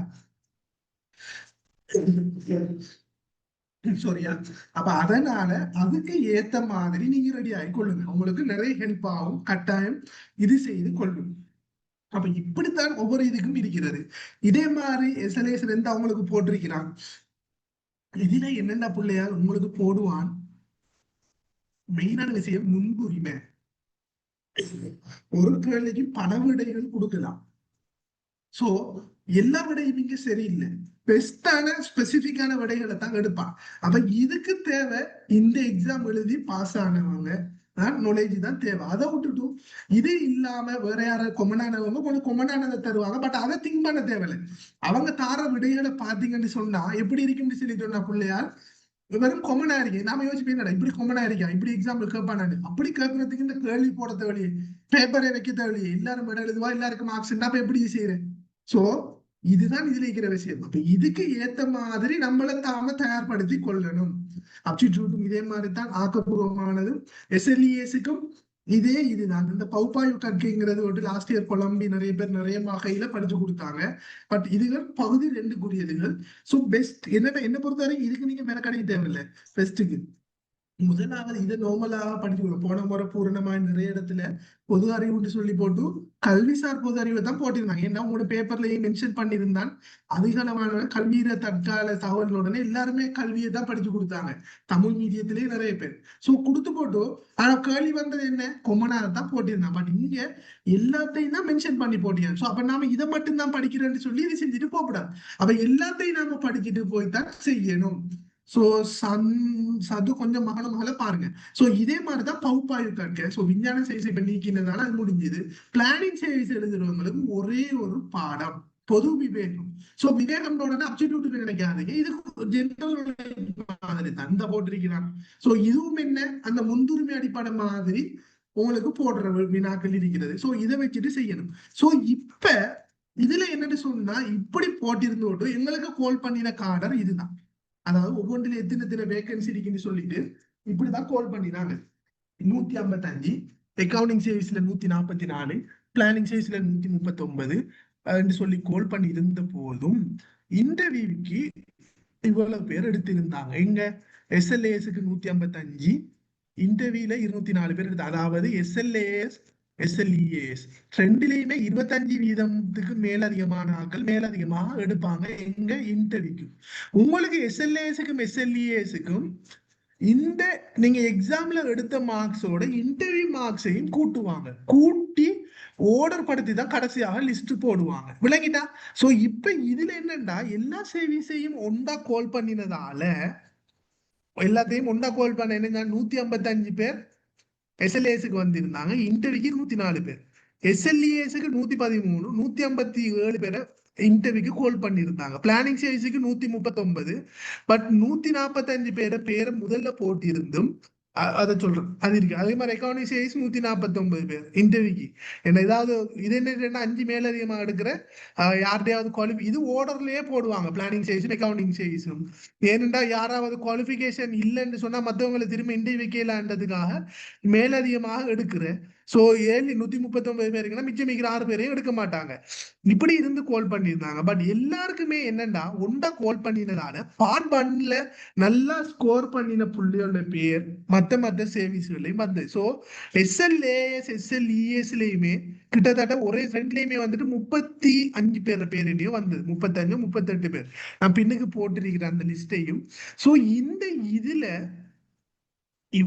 இதுல பாத்தீங்கன்னு சொன்னா எஸ்எல்பிஎஸ்க்கு என்னங்க இந்த எஸ்எல்பிஎஸ்ல இருக்கிறதுல கிட்டத்தட்ட 80 பேருமே எஸ்எல்ஏஎஸ்ல இருந்தது.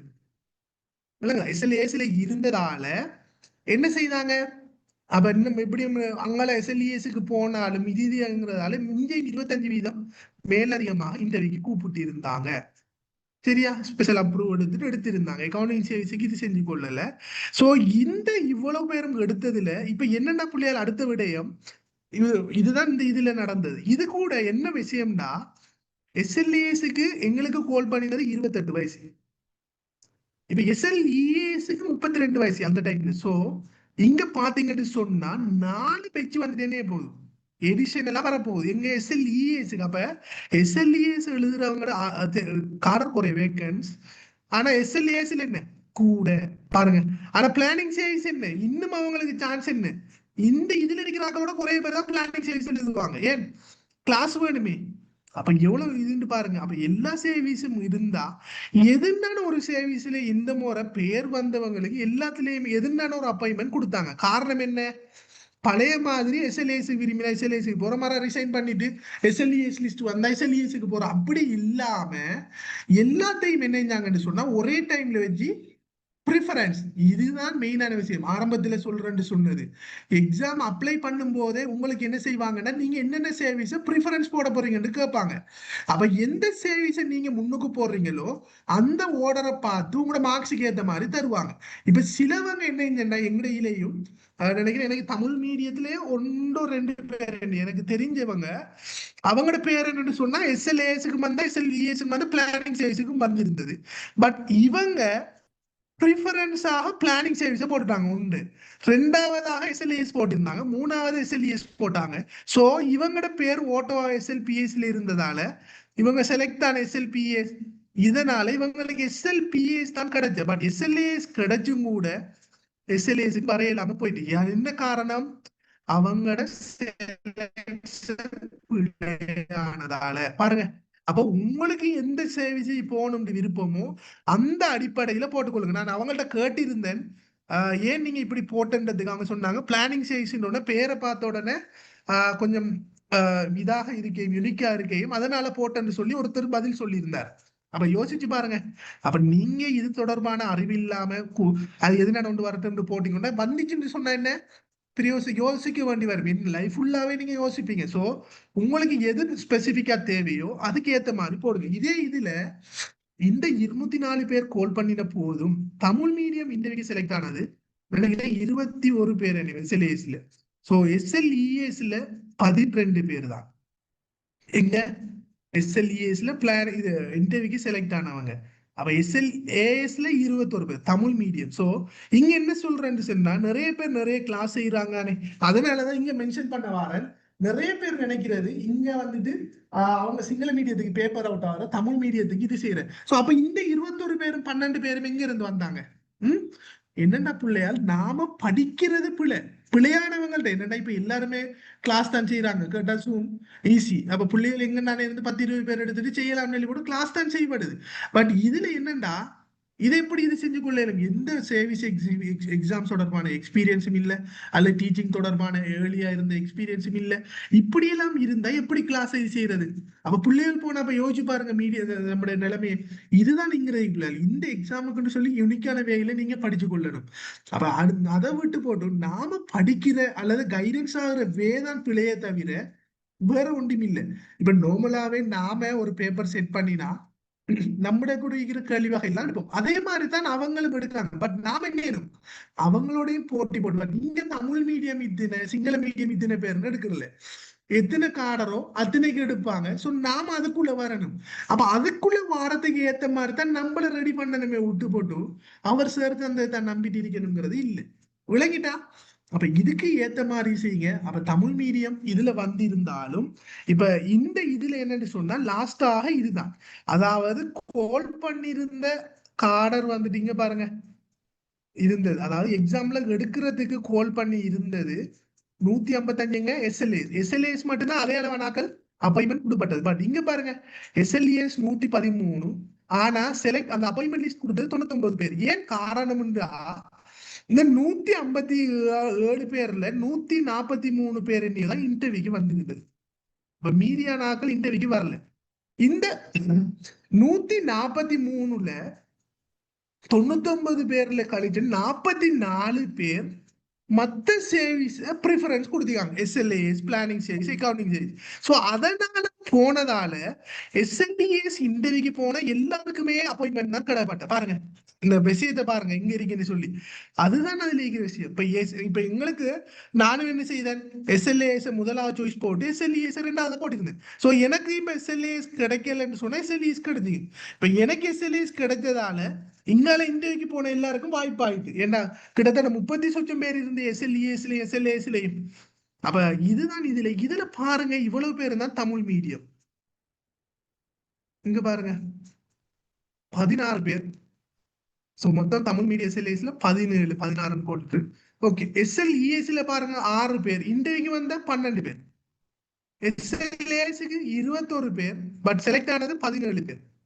பிளானிங் சர்வீஸுக்கு 6 பேருக்கும் கொடுப்பாட்டு. அக்கவுண்டிங் சர்வீஸும் 9. அக்கவுண்டிங் சர்வீஸும் என்ன 144, 119. பிளானிங் சர்வீஸ் 139, பட் 105 பேர் தான் எடுத்து. ஏன்னா மத்தவங்க செலக்ட் ஆன என்னன்னா மத்த மாறி மாறி கிடந்து ஒவ்வொருத்தரும் கிடந்ததால கேட்டு ஹோல்ட் பண்ணினதுக்கே கொடுக்கல. இதுல என்னன்னா செகண்ட் முதல் வர மாதிரி என்ன இப்ப ஒருத்தர் காலர் இருந்த வராதவங்களுக்கு மத்த லிஸ்ட்ல கொடுக்குறது. ஆனா இங்க அப்படி கொடுக்க இயலாது. ஏன்டா கொடுத்த பிரச்சனை வரும். இப்ப சிலவங்க SLES போட்டவங்களை திரும்ப எடுக்க வேண்டி வருங்கிறதால அப்படி இது செஞ்சு கொள்ளல. சோ உங்களுக்கு பேலன்ஸுக்கும் இது சரி. இப்ப SLESக்கு வந்துட்டு கிரேட் 3லயே 505 காலர் இருக்குதான். கழிச்சு 505 காலர் உருவாயிருக்கு. பட் எந்த கேசிங்ல வந்துட்டு ஒரு 200 பேருக்காவது கால் பண்ணுவாங்க ஓப்பன்ல. அப்ப எப்படி குறைஞ்சது? அப்ப லிமிடெட் மத்தியில் 50 20 போனாலும் ஒரு 200 பேருக்காவது கால் பண்ணுவாங்க ஓப்பன்ல. SLESக்கு 700 அதுல ஜெனரல் கார்டர்னு பார்த்தாலும் ஒரு 300 இருக்கும் தானே. அப்ப யோசிச்சு பாருங்க, பிளானிங் சர்வீஸும் கார்டர் இருக்கு, அக்கவுண்டிங் சர்வீஸும் இருக்குது. சோ அப்ப எல்லாத்துலயும் இருக்குது பிள்ளையாள். இந்த வருடம் உங்களுக்கு நல்ல சிறப்பான வருடம். ஏன்டா ஒவ்வொரு எக்ஸாம கால் பண்ணிட்டு இருக்கா. நீங்க இதுக்குத்தான் இருக்கணும்னு சொல்லி இருக்காதீங்க. அடுத்த விடயம், இதுல இருக்கிற நிறைய கிராஜுவேட், நானும் கிராஜுவேட்டா இருக்கும் போது ஃபேஸ் பண்ணின ப்ராப்ளம் தான் பினான்சியல் ப்ராப்ளம் ஒன்று வரும். சோ நீங்க என்னண்டா இந்த ஜாப்புக்கு தான் ஸ்பெசிபிக்கா போகணும்னு இருந்தீங்கன்னு சொன்னா அது நடக்காது. சோ எழுத்து ஒண்ணும் வேணும், இறைவன் நாட்டம் ஒன்றும் வேணும் நமக்கு. சோ நீங்க என்ன செய்யுங்கன்னு சொன்னா, முதலாவது உங்களுக்கு எது மேல கிடைச்சாலும் அந்த வேலைக்கு போங்க. சோ எக்ஸாம் இந்த வருஷத்தை விட்டிங்கொண்டா வேற நினைச்சு கொள்ள வேணாம். முன்னே மாதிரி அள்ளி அப்படியே டியூஸ் அப்பாயின்மெண்ட் தருவாங்க, இது செய்வாங்கன்னு இல்லை. சோ நீங்க என்ன செய்யணும், முதலாவது கிடைக்கிற வேலைக்கு போங்க. அங்க இருந்து உங்களை மெருகூட்டி ஊட்டி ஊட்டி நீங்க மத்ததுல போங்க. நானும் இந்த அந்த SLESக்கு பார்த்தோம் RDO வேலை செஞ்சேன். வேலை செய்யணும், இன்னொரு SLESக்கு கீழே தான். அதுக்கு ஒரு ஒன்றும் செஞ்சு கொள்ளல பிள்ளையார். நமக்கு ஒரு பினான்சியல் சப்போர்ட் வேணும். பிரைவேட்லயோ வேற எங்கேயும் வேலை செஞ்சு நீங்க உங்களை வளர்த்து கொள்ளுங்க. உங்களுக்கு எழுத்து இருந்தா கிடைச்சு கொள்ளும். எனக்கு இதை சொல்லவும் தான் நினைவு வருது.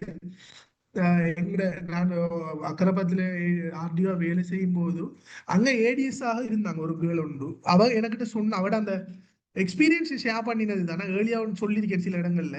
என்னன்னு சொன்னா, அவங்களுக்கு 2016 17ஆம் ஆண்டு பேச்சு கால் பண்ணும்போது அவ பிரெக்னென்ட், எக்ஸாமுக்கு கால் பண்றான். அது எக்ஸாமுக்கு கால் பண்ணும்போது சொல்லுவாங்க என்ன, இத்தனை மாசம் எக்ஸாம் நடக்கும்னு சொல்லி. இப்ப எக்ஸாம்பிளுக்கு என்ன, இப்ப கால் பண்ணீங்கன்னா ஒரு ஆகஸ்ட்ல எக்ஸாம் சொல்லி இப்ப வைக்காங்க இங்கிலாந்து, அதே மாதிரி அவக்கு கால் பண்ணி அந்த எக்ஸாம் சொன்ன டைம்ல அவங்க டெலிவரி டேட் இருக்கு மந்த். அப்ப எக்ஸாம் செய்யலாம இருக்கும் போட்டு ஆனா என்ன செய்யறா, எக்ஸாமுக்கு அப்ளை பண்ணி கான்பிடென்ட் விடாம படிச்சுட்டு இருக்க கேட்டால என்ன செய்யுது, எக்ஸாம் போஸ்ட்போன் ஆகுது, சொன்ன மாசம் நடக்கல. சோ அப்ப அவக்கு என்ன இது, பாபாவுக்கு கிடைச்சிட்டு பொறவுக்கு என்ன செய்யறா, எக்ஸாம் எழுதும். என்ன செய்யறா, எக்ஸாம் எழுதிட்டா. இப்ப எக்ஸாம் எழுதின உடனே அவக்கு என்ன ஓகே, எல்லாம் ஓகேன்னு சொன்ன நெக்ஸ்ட் வீக்ல வந்துட்டு IQ பாடம் நடக்க போகுது. இந்த IQ பாடம் நடக்கிறதுல அவருக்கு என்னன்னு சொன்னா, மகன் சுகம் இல்லாம இருந்ததால ஹாஸ்பிட்டல்ல போய். அப்ப அவ என்னன்னு சொன்னா, டென்ஷன்ல இருந்துட்டு இருந்தாலும் ஒழுங்கா படிச்சு கொள்ளல. சோ ஐக்யூவும் எக்ஸாமும் என்ன செய்யப்படுது, ஒழுங்கா செய்யாம வந்துட்டான். பட் என்ன, எக்ஸாம் இந்த எக்ஸாம்ல தான் கேள்வி ஒன்று ஒரே மாதிரி தமிழ் மீடியத்துல சுத்தினாம போட்டு திரும்ப எக்ஸாம் நடத்துறாங்க பாருங்க.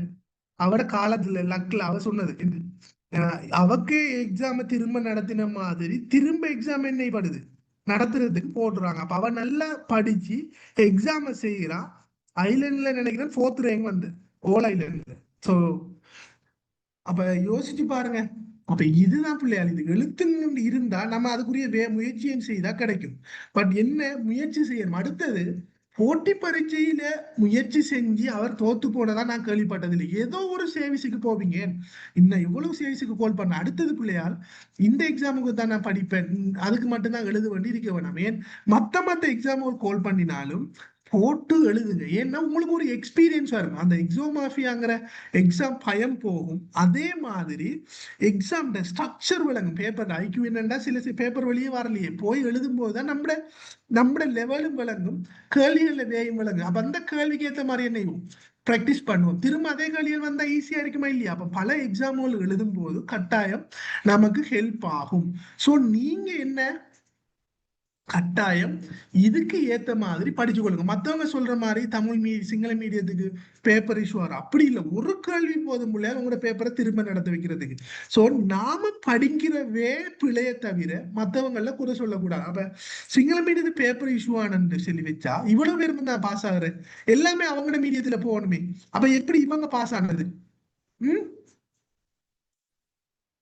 ஒன்று ரெண்டு இப்ப என்னன்னா நீங்க பேப்பர் எடுத்தா உங்களோட அந்த இதுக்குள்ள இருந்தா எடுப்பீங்க. அதே மாதிரிதான் அவங்க எடுக்காங்க. பட் நாமளும் என்ன அதுக்கு ஏத்த மாதிரி ரெடி ஆகிட்டு போகணும். எக்ஸாமுக்கு இப்படித்தான் போக வேண்டியது இருந்தா ஒரு பிரயோசனம் நான் சொல்லாம நீங்க உங்களுக்கு வேற சேவிஸ் எக்ஸாம் பாஸ் பண்ணவங்கள்ட்ட கேளுங்க. கிளாஸை நம்பிட்டு தான் இருந்தேன்னு யாரும் சொல்ல மாட்டாங்க. ஸோ நீங்க உங்களுக்கு சரியான வேயை செலக்ட் பண்ணி சரியான இடத்துல படிச்சு கொள்ளுங்க பிள்ளையால். சரியான அவுட்புட் வந்து கொள்ளும். இதுதான் இதுல இருக்கிற விஷயம். ஸோ அடுத்த விடயம் இந்த போட்டிருக்கிற உங்களுக்கு லாஸ்டாக செலக்ட் பண்ணியிருந்தவங்களோட டீட்டெயில்ஸ். அதாவது ஒவ்வொரு சேவிஸுக்கும் இந்த செலக்ட் ஆனது அதாவது 3 சேவிஸ்லயுமே கிடைச்சவங்க 15 பேர் தான் பாருங்க. இதுலயும் நான் நினைக்கிறேன் தமிழ் மீடியம் 3 பேர் இல்ல 2 பேர் இருந்தாங்க. இந்த SLAS SLES தமிழ் மீடியம் 3 பேர். அப்ப பாருங்க அக்கௌண்டன்சிஸ் கிடைச்சது இதுல இருந்தது மத்த சேவிஸ் எல்லாம் இருந்தது. அப்ப ஏதோ ஒரு சேவிஸுக்கு நாம போனா அது மத்த சேவிஸுக்கு போனதுக்கு ஒரு மத்த யோசிக்கலாம் தானே. அப்ப முதல் இதுக்கு ஏத்த மாதிரி ட்ரையை கொடுத்து கொள்ளுங்க. நிறைய பேர் இவங்களோட யூனிவர்சிட்டிலையும் ஃப்ரெண்ட்ஸ் மாதிரி இருப்பாங்க. உங்களோட பேச்சிலையும் பாஸ் அவுட் ஆனேன். உண்மையாவே போட்டி நாம நினைக்கிறது நம்ம இருக்கிற பக்கத்துல இருக்கிறவங்க நம்மளோட போட்டி இல்லை பிள்ளையாள். எல்லாரோடைய சிங்கள மீடியத்தோட தான் நமக்கு போட்டி. சோ மத்தவங்களுக்கு உரிய நாலேஜ கொடுத்து இப்படி செய்யப்படுது படிங்கிறத சொல்லுங்க. என்னன்னா உண்மையான விஷயம் பிள்ளைய நான் சொல்றேன். எனக்கு யூனிவர்சிட்டி போய் அந்த ரெக்கிங் டைம்ல தான் எனக்கு SLAS இருக்குங்கிறதே தெரியும். அதுக்கு முதல்ல நான் இதை பத்தி கேள்விப்பட்டதும் இல்லை. ஏன்னா வேற ஒரு பொடியன் அந்த ரெக்கிங் டைம்லயே இருந்ததுக்கு நாங்க அந்த மாசன்ல சீனியர் எங்களை ரெக் பண்ணதுல மாட்டினதுக்கு SLAS ஆனு நான் சீனியர் மாதிரி சொல்ல போறேன். நான் அந்த டைம்ல அவன் கேட்டேன் SLAS என்னன்னு சொல்லி. அது வரைக்கும் எனக்கு தெரியாது எப்படியான போஸ்ட்டுக்கு SLASல ஆடுவான். ஸோ அந்த டைம்ல இருந்தே நான் கொஞ்சம் கொஞ்சமா ரெடி ஆயிட்டு வந்துதான் ஸ்டெப்பா எடுத்துன்னு தவிர எடுப்புல நான் வந்துட்டு ஆகமேலுக்கு வரல. சோ உங்களோட முயற்சி கட்டாயம் தேவை. சோ சேர்மாட கைடன்ஸோட இது செஞ்சு கொள்ளுங்க. பட் நான் அதைத்தான் சொல்லுவேன். ஐக்கியூங்கிறது கொம்ப்ரிஹென்ஷன் 2 பாடமும் இந்த முன்னுக்கு 2 பாடமும் என்னடா பிள்ளையால் உங்களோட ஸ்கோர் பண்ணக்கூடிய பாடங்கள். பகுதி 1ல இருக்கிற இந்த 2 பாடமும் நல்லா ஸ்கோர் பண்றது. ஏன் இது 2மே புறவயமாக அதான் MCQ அல்லது ஒன் வேர்ட் ஆன்சர் எங்களுக்கு போட்டது உங்களுக்கு இப்படி போட்டது. பட் என்னன்னா கட்டுரை சுருக்கம் தான் உங்களுக்கு மார்க்ஸ் நீங்க எதிர்பார்க்க தேவை. என்ன பெர்ஃபெக்ட் எழுதினாலும் ஒரு 60-70% தான் மார்க்ஸ் போடப்பட போகுது. ஆனா இங்க அப்படி இல்லையே. சொல்லி சரிண்டா சரி பிள்ளைண்டா. அப்ப நான் எப்படி இதுக்கு பழகணும்ங்கிறதுக்கு தான் படிக்கணும். சோ ஐக்கியூங்கிறதுல இதுதான் நிறைய பேர் இருக்கிற பிள்ளை. நிறைய பேர் சேர்மார் சொல்லி தரது அதாவது அவங்க படிச்சு தரது பிள்ளைகள் படிக்கிறது பிள்ளை இல்லை. அவங்க நீங்க பண்ண போறது விளையா படிச்சது. என்னன்னா ஈக்குவேஷன் போடாம எடுத்து பழகுங்க பிள்ளையார். அதுதான் இங்க தேவை. ஈக்குவேஷனுக்கிட்ட நீங்க போயிட்டு நின்றா உங்களுக்கு என்னடா MCQ 4 விட தந்தா 4ல் 1 சரி. அப்ப அதை எடுக்கணுமே. அப்பால் குயிக் எடுக்கலாம். ஈக்குவேஷன் போட்டா டைம் போகுமே. கேள்விக்கு விட தர இல்லையா இது எடுக்கணும். இப்ப ஐக்கியூல எங்களுக்கு என்னங்கன்னா லாஸ்டாக 30 கேள்வி MCQவும் 20 கேள்வி ஒன் வேர்ட் ஆன்சர் வந்தது. இதுலயும் இந்த என்னன்னா அதிகளவான வினாக்கள் கூற்று சார்பான வினாக்கள். சோ நிறைய பேர் என்னன்னா கூற்றுக்கள்ல பிள்ளைகள் பிழையாக விடுறது. ஒரு சின்ன சொல் சின்ன அர்த்தம் ஃபுல்லாவே மாத்திக்கொள்ளும். அப்ப இது பிள்ளைன்னா கேள்வியே பிள்ளை. இதான் இங்க இருக்கிற விஷயம் இந்த கூற்றுக்கள்ல. அப்ப இப்படியான விடயங்களுக்கு நல்ல பிராக்டிஸ் எடுக்கணும். என்ன பொறுத்த வரைக்கும் அந்த கிரகித்தலுக்கு நான் பிராக்டிஸ் எடுத்ததாலதான் இந்த முறை ஐக்கியவும் நல்லா செஞ்சேன். அதாவது நான் சில தெரிஞ்ச கல்விகளுக்கே நான் பிள்ளையான விட போட்டுட்டு வந்திருந்தேன். பட் சொல்றேன் என்ன காரணம்னா கிரகித்தல நான் அந்த நுணுக்கமாகவே படிக்கிறேன். என்னன்னா ஐக்கியூ எக்ஸாம் செய்யறதுனால உங்களுக்கு கிரகித்தல் தான் தேவை. அப்ப இந்த நுணுக்கத்தை நீங்க அப்ளை படிச்சுட்டு வந்தா தான் அதையும் சேர்த்து செஞ்சு கொள்ளுவீங்க. இதுதான் இந்த பேப்பர் ஸ்ட்ரக்சர். இதுல இருக்கிற விடயம். இதுல மேலதிகமான விடயம் என்னன்னு சொன்னா இந்த லிஸ்ட்ல செலக்ட் ஆனவங்க இப்படிதான் இருந்தது. சோ பாருங்க செலக்ட் ஆனவங்க எவ்வளவு பேர் வந்திருக்காங்க. 6 பேர் 16 தமிழ் மீடியம். சோ நீங்க மீடியம் வைஸா யோசிக்காதீங்க. நீங்க நான் செலக்ட் ஆவேன் ஷுவரா வருவேன்ங்கிற மாதிரி. அதாவது எங்கடையில ஃபர்ஸ்ட்டுக்கு நினைக்கிறேன் அந்த சொல்றேன் எனக்கு சரியான ஸ்டாட்டிஸ்டிக் தெரியாது. 1 லட்சம் பேருக்கு மேல அப்ளிகேஷன் போட்டதா. பட் பாஸ் ஆனவங்க நினைக்கிறேன் இந்த SLASக்கு செகண்ட் எக்ஸாம் எழுதினாங்க 14,000 பேர் தான். 14,000 பேர் தான் அதாவது பார்ட் 2 SLAS எக்ஸாம் எழுதிக்காங்க. அப்ப மிச்சம் பேர் பாருங்க எத்தனை பேர் ஃபெயில் ஆகிக்காங்கன்னு சொல்லி. பகுதி 1ல 50 அதாவது 40 100 மார்க்ஸ் எடுக்காம. பட் இந்த நீங்க 40 எடுத்து 100 மார்க்ஸ் எடுத்தாலும் உங்களை நீங்க நினைச்சு கொள்ள வேணாம், மற்ற பகுதிகளில் நான் செஞ்சு கொடுத்து போகலாம். ஆனா இந்த பகுதி 1ல இருக்கிற 2 பாடத்துல நீங்க ஸ்கோர் பண்ணினா மத்த எல்லா சீரீஸ்லயும் சொல்லி பண்ணி உங்களோட பேரை எடுக்கலாம். அப்ப இந்த 2 பாடத்துக்குமே நல்லா ரெடி ஆகுங்க. அதனாலதான் ஆரம்பத்திலேயும் ஏர்லியாவும் நான் ஒரு இன்ட்ரடக்ஷன் கிளாஸ் செஞ்சும் போட்டிருந்தேன். திரும்பவும் இதைத்தான் சொல்லியிருக்கேன். சோ இதுக்கு ஏத்த மாதிரி ரெடி ஆகி இது 2ஐயும் இது செஞ்ச மாதிரி ஆய்கொள்ளுங்க பிள்ளையார். அதுதான் உங்களுக்கு தெளிவை தந்து கொள்ளும்.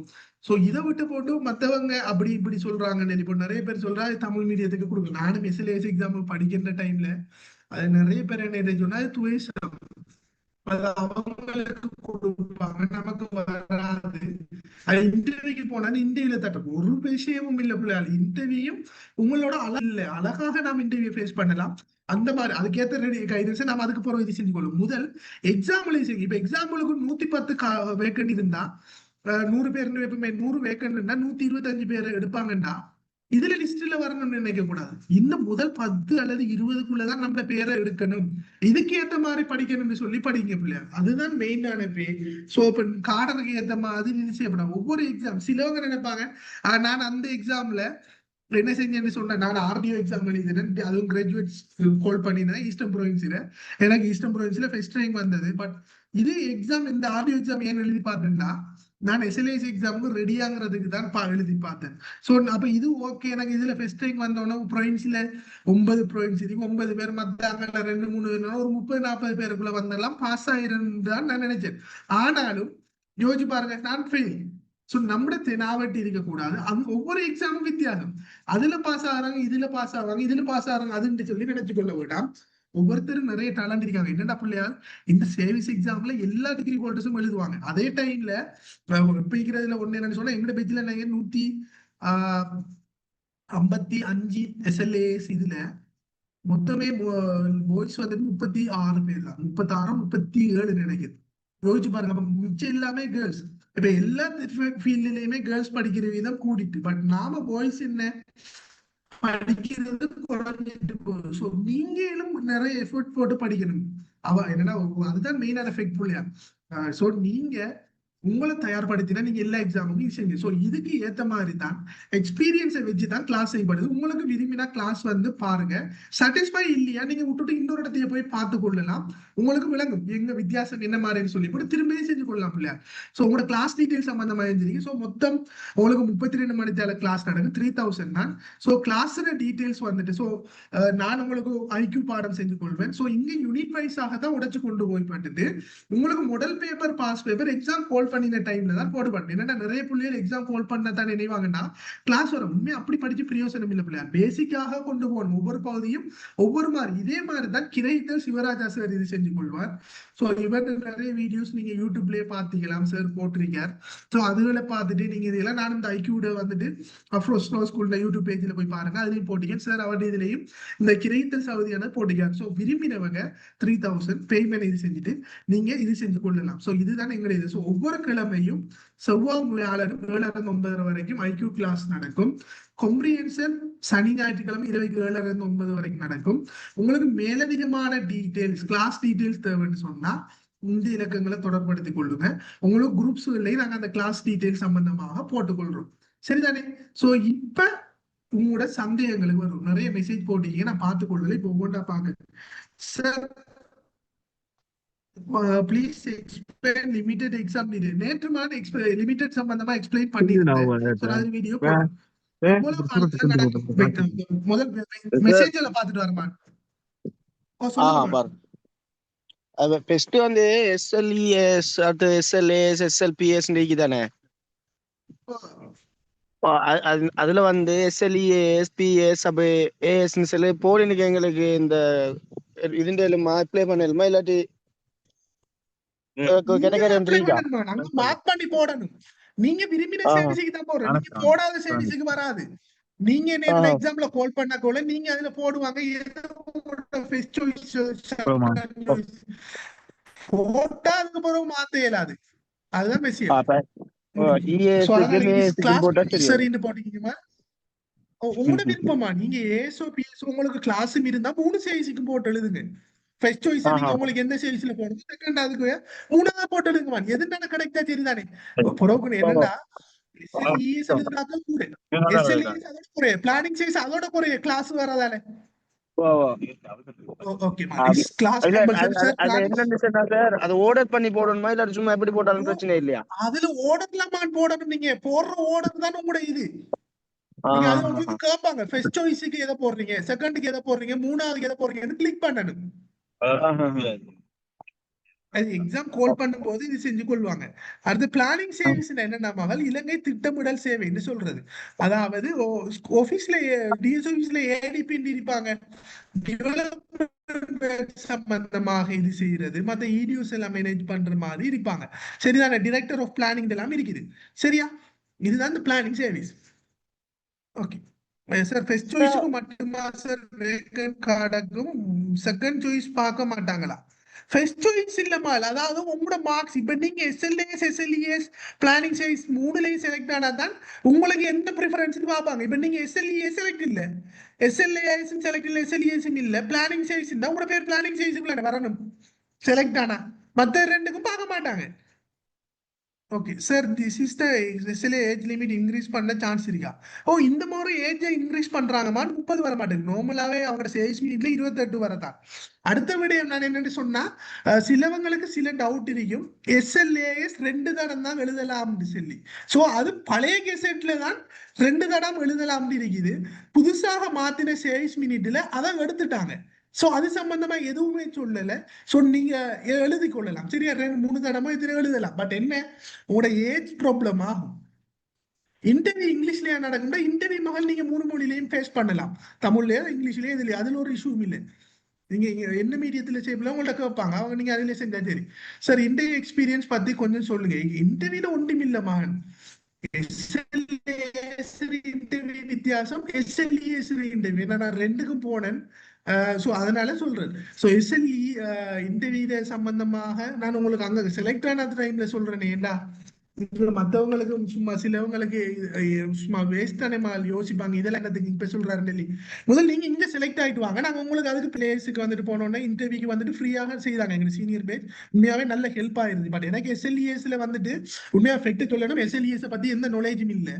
அதாவது இன்டர்வியூ எப்படி நடக்கும் என்னங்கிறது சம்பந்தம் கட்டாயம் உங்களுக்கு அது சம்பந்தம் நாலேஜோட தான் நீங்க போகணும். ஏன்னா எனக்கு அங்க உள்ளுக்கு இன்டர்வியூக்கு போயிட்டு நான் இன்டர்வியூக்கு போனதுக்கு போறதுதான் தெரியும். அவங்கள ஒரு சின்ன சினாரியோட தான் வாய்ச்சிட்டு போனேன். அங்க 5 நிமிஷத்துக்குள்ள விட சொல்ல 3 கேள்விங்கிறது எனக்கு தெரியாது. காரணம் என்ன, ஒருத்தர் எனக்கு லிமிட்டட்ல இருந்த ஒருவர் பெரிய கிளாஸ் நான் சொல்லல, கிளாஸ் செய்யறேன்னு சொல்லி கூட கடைசி வரை செய்யாம விட்டுட்டார். நான் அவர் ஃப்ரீயாவும் எக்ஸ்பெக்ட் பண்ணல. பட் அது வேற கேஸ், அவர் பிஸி ஆயிட்டார் அப்படி இப்படின்னு சொல்லி அது நமக்கு தேவையில்லை. பட் அது ஏதாவது ஒரு நாலேஜ் எடுத்துட்டு போய்க்கலாம் தானே. உண்மையா எனக்கு அந்த டைம் கவலை, எஸ்எல்இஎஸ் நான் ஒழுங்கா செய்யல. பட் கிடைக்குமாங்கிறதுல நான் எக்ஸாம் இல்லை. நான் என்னன்னா எஸ்எல்ஏஎஸோட அடுத்த எஸ்எல்ஏஎஸ் எக்ஸாம்ல எனக்கு மேனேஜ்மெண்ட் அப்டிடியூட் டைம்ல கொஞ்சம் லூஸ் மோஷன் மாதிரி ஆயிடுச்சு. ஸோ இந்த பேப்பர்ல நான் ஒழுங்காக கான்சென்ட்ரேட் பண்ணல. கடைசி அரை மணித்தியாலத்துக்கிட்ட எனக்கு இது செஞ்சுட்டு பட் நான் கிடைச்சிட்டு எனக்கு. பட் இதுல ஒரு சில கேள்விகளுக்கு விட ஒழுங்காக எழுதல. பட் இப்பயும் அது கவலை, எழுதிருந்தா இன்னும் ரேங்க் முன்னுக்கு வந்திருக்கும். எனக்கு 37 ரேங்க் வந்தது எஸ்எல்ஏஸ்ல. பட் இன்னும் முன்னுக்கு வந்திருக்குங்கிறது. பட் எஸ்எல்இஎஸ்ல மார்க்ஸ் வரும் தானே. பட் நான் 4 பாடமும் நல்லா தான் செஞ்சிருக்கேன். பட் அதுல எனக்கு கூடுதலாக மார்க்ஸ் வரும் எஸ்எல்ஏஎஸோட நம்பிக்கை இருக்குது. பட் ஏன்னா இன்டர்வியூ ஒழுங்கா செய்யல ஒரு கவலை ஒன்று இருந்தது. பட் ஏதோ அது பிரச்சனை இல்லை, எல்லாம் நன்மை அவங்களுக்கு எல்லாருக்கும். ஆனா அந்த பிரச்சனை இல்லாம ஒவ்வொரு சர்வீஸ்லயும் செலக்ட் ஆனாங்க உங்களுக்கு எல்லாருக்குமே அந்த கைடன்ஸ் ஃப்ரீயாவே செஞ்சுடுவோம். எப்படி அந்த டைம்ல பார்ப்போம்.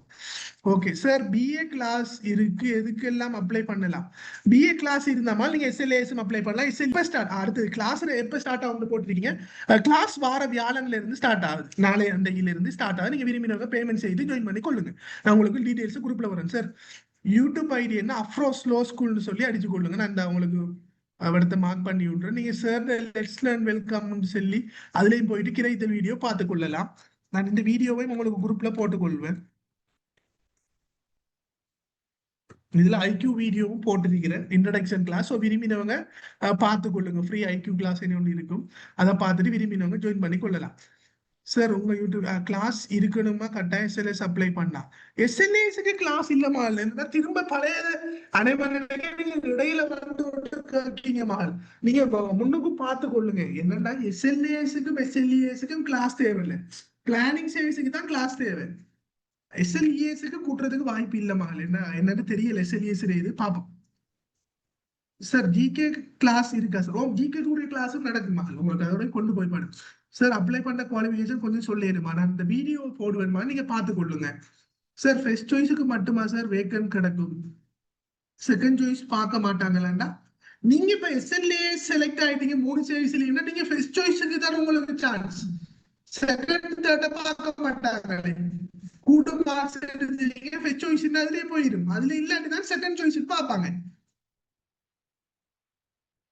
ஐஆர்டி எக்ஸாம் மாதிரி கவர்மெண்ட் சேவன் ஆக்களுக்கு சான்ஸ் இருக்கா சார் ஏஜ் லிமிட்க்கு அது மாதிரி இங்க கவர்மெண்ட் சேவனுக்கு என்னென்ன மகள் நீங்க லிமிட்டட் கூட எழுதலாம் விளங்குதா லிமிட்டட்ல எழுதலாம் சோ அது கூட நீங்க ட்ரை பண்ணலாம் டீச்சிங்ல இருக்கிற எஸ்எல்இஎஸ் எழுதலாம் எஸ்எல்ஏஎஸ் எழுதலாம் இவ ஆபீஸ்ல டிஎஸ் ஆபீஸ் இது வழிய வேலை செய்தவங்க எஸ்எல்ஏஎஸ் எழுதலாம் எஸ்எல்இஎஸ் எழுதலாம் எவ்ரி இயர் எக்ஸாம் இல்லம்மா 2021 கால் பண்ண போறாங்க அடுத்த கிரிசிஸோ என்ன பிரச்சனை வருங்கிறது அதுக்கப்புறம் எப்ப இது செய்வாங்கிறது தெரியாது தானே ஓப்பன்ல எக்ஸாம் செய்யற லிமிட் ஏஜ் தான் வேற ஒன்றும் இல்லை இத்தனை தடம்ங்கிறது செய்யலாம்ங்கிறது எஸ்எல்ஏஎஸ்க்கு இல்ல சரியா எஸ்எல்இஎஸ்க்கு 2 தடம்னு நினைக்கிறேன் எத்தனை இயருக்கு பிறகு சார் இனி கால் பண்ணுவாங்க இந்த வருஷம் கால் பண்ணுவாங்க பட் இனி அடுத்தது எப்ப கால் பண்ணுவாங்கன்னு தெரியாது என்னென்ன பிள்ளையார் கிடைக்கிற சான்ஸ் எழுதி கொள்ளுங்க நிறைய பேர் அடுத்த தடவை எப்ப கால் பண்ணுவாங்கிறது சொல்ல இயலாது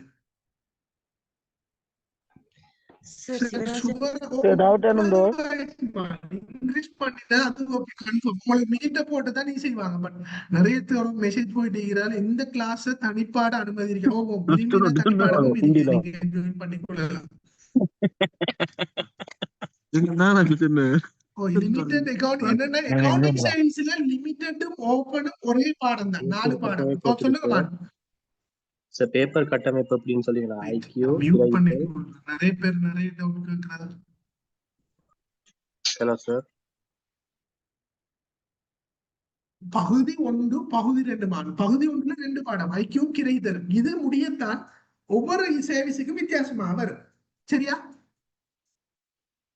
சார் இன்டர்வியூ என்ன மீடியம் அதை நீங்க மீடியம் அதெல்லாம் சொல்லிட்டேன் நான் என்னன்னா எஸ்எல்இஎஸ்க்கு 3 லாங்குவேஜ் தான் ஃப்ளூவண்டா இருக்கணுங்கிறது ஒரு தேவையும் இல்லை நீங்க தமிழ் மீடியம் எக்ஸாம் எழுதினா இன்டர்வியூ உங்களுக்கு தமிழ் மீடியத்துல இது செய்வாங்க தமிழ் மீடியத்திலே ஆள் இருக்கும் நீங்க செஞ்சு கொள்ளலாம் ஒரு பிரச்சனையுமே இல்லை sir next year degree complete ஆகும் இந்த இயர் எக்ஸாமுக்கு அப்ளை பண்ண என்னன்னா அவங்க கால் பண்ற க்ளோசிங் டேட் அன்னைக்கு உங்களோட குவாலிஃபிகேஷன் பூரணமா இருக்கணும் நீங்க பூரணமா இல்லைன்னா எழுதியல இல்ல திருப்பி திரும்ப ஸ்டார்ட் பண்ணிப்பேன் அதாவது இது புது பேச்சாக கொண்டு போறதுதான் 4 ஆண்டையில இருந்து ஸ்டார்ட் ஆகுது ஏர்லியாக இருந்ததுக்கு இதுக்கு தொடர்பு இல்லை அதாவது உங்களுக்கு இப்ப திரும்ப யூனிட் வைஸாக உடைச்சு கொண்டு போகுது எக்ஸாம் இது செய்யும் போது இதே மாதிரி பேசிக்ல இருந்து போகாது அவங்களுக்கு என்னையும் பாஸ் பேப்பர்ல இருந்து model paper part 1 exam part 2 exam should we do with the exam separate for SLAs ஒவ்வொரு சர்வீஸுக்கும் ஒவ்வொரு எக்ஸாம் நடக்கும் கேலண்டர்ல போடுவாங்க நீங்க பேமெண்ட் செய்யணும் எத்தனை சர்வீஸுக்கு போறீங்களோ அந்தந்த பாடத்துக்கு ஒரு பாடத்துக்கு 300 ரூபாய் நினைக்கிறேன் அதுக்கு ஏற்ற மாதிரி கட்டணும் போட்டா அடுத்த செகண்ட் எக்ஸாம்ல எக்ஸாம் நடக்கும் இருப்பாங்க அப்ப அதுக்கு ஏற்ற மாதிரிதான் போடுவாங்க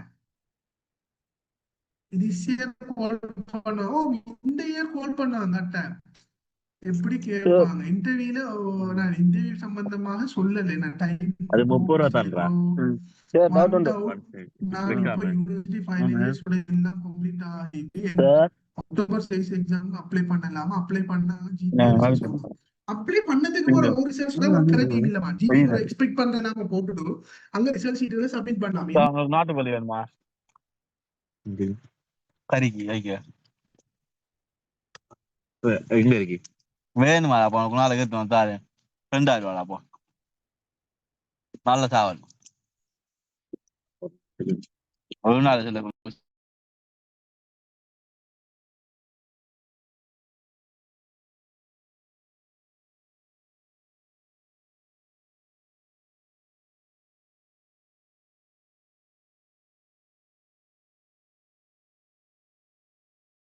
அந்த மோகனராஜ் தனுஷா கொஞ்சம் அந்த ஹோஸ்ட மாத்தி விட்டுறீங்களா எண்ட் ஆகி வந்துட்டு தெரியுமா மகள்? அந்த மேலுக்கு என்ன கிளிக் பண்ணி ஹோஸ்ட மாத்திடுங்க. நான் இந்த கேள்விகளுக்கு விடைய சொல்றேன். ஓகே, நிறைய மெசேஜ் போட்டிருந்தீங்க, எல்லாம் லெஃப்ட் ஆயிட்டுது. ஸோ யாராவது டவுட் இருந்தா கேட்டுக்கொள்ளுங்க. ஒரு டவுட் உண்டு. சொல்லுங்கம்மா. இப்ப எல்லா அந்த 4 இதுக்கும் வந்து நம்ம ஓப்பன் ஐக்கியூவையும் அந்த மத்த இதை எழுதும் தானே. ஓ அதுக்கு பிறகு பாட்டும் நீங்க படிச்சுட்டாரா? பகுதி 2 3 பாட்டும் செய்வோம் தானேம்மா, கிளாஸுக்கு தானே வேணும், பகுதி ஒண்ணு மட்டும் செய்யலாம். அதையும் செஞ்சுட்டான் சார். அப்ப நாம எங்களுக்கு கால் பண்ண டைம் எல்லாம் மாறி மாறி தானே வரும், கிட்ட வந்துடாது. இப்ப SLPSக்கு நான் best போட்டேன்டா.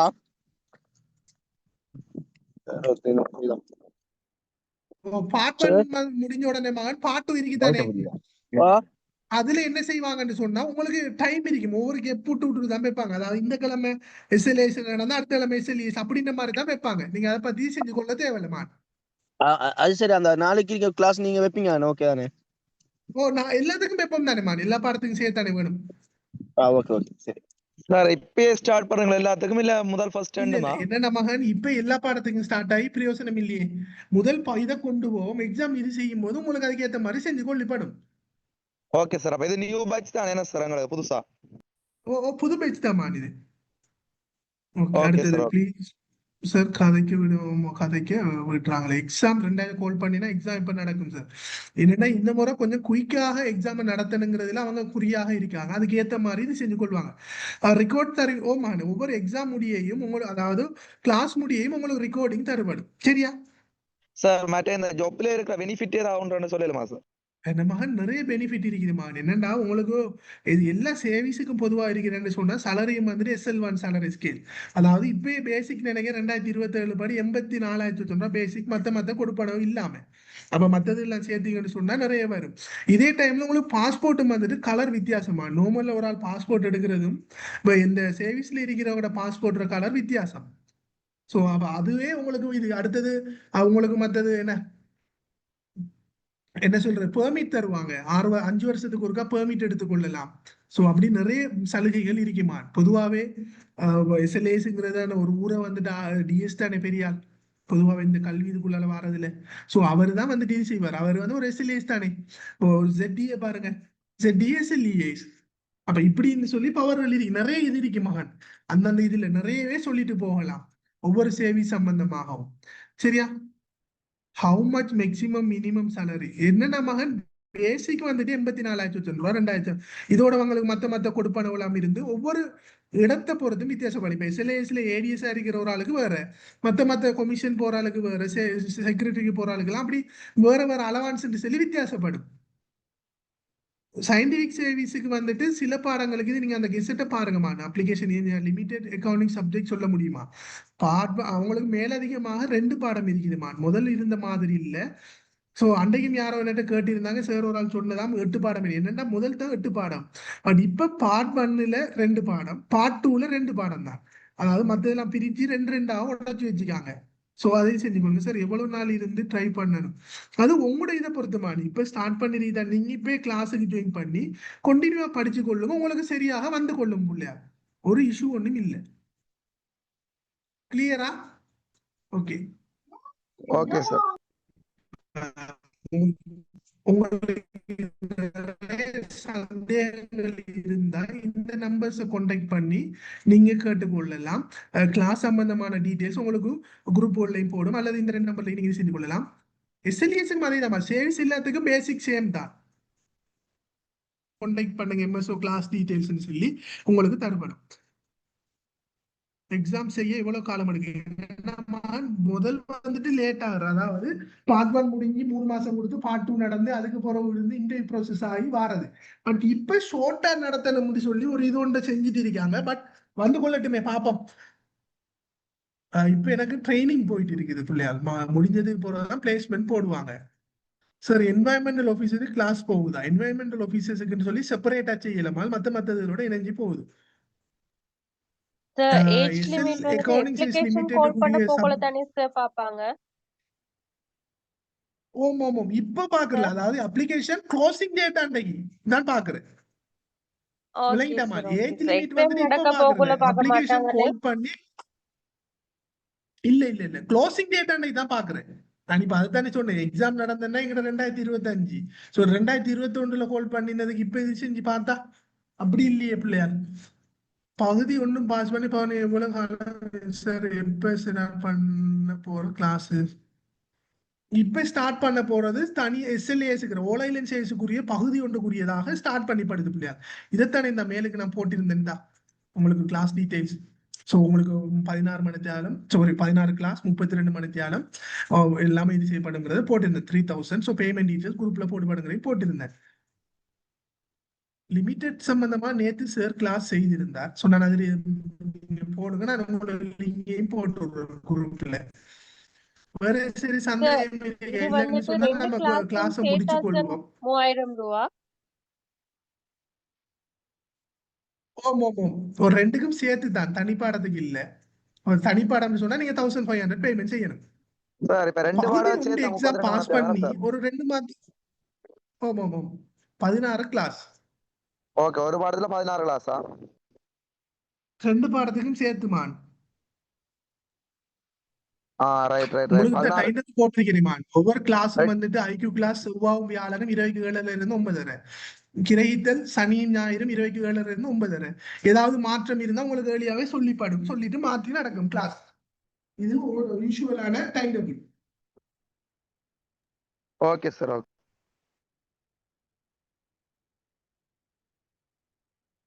Sir revenue exam results எப்போ வரும்? இப்பதானே எக்ஸாம் முடிஞ்சிருக்குது.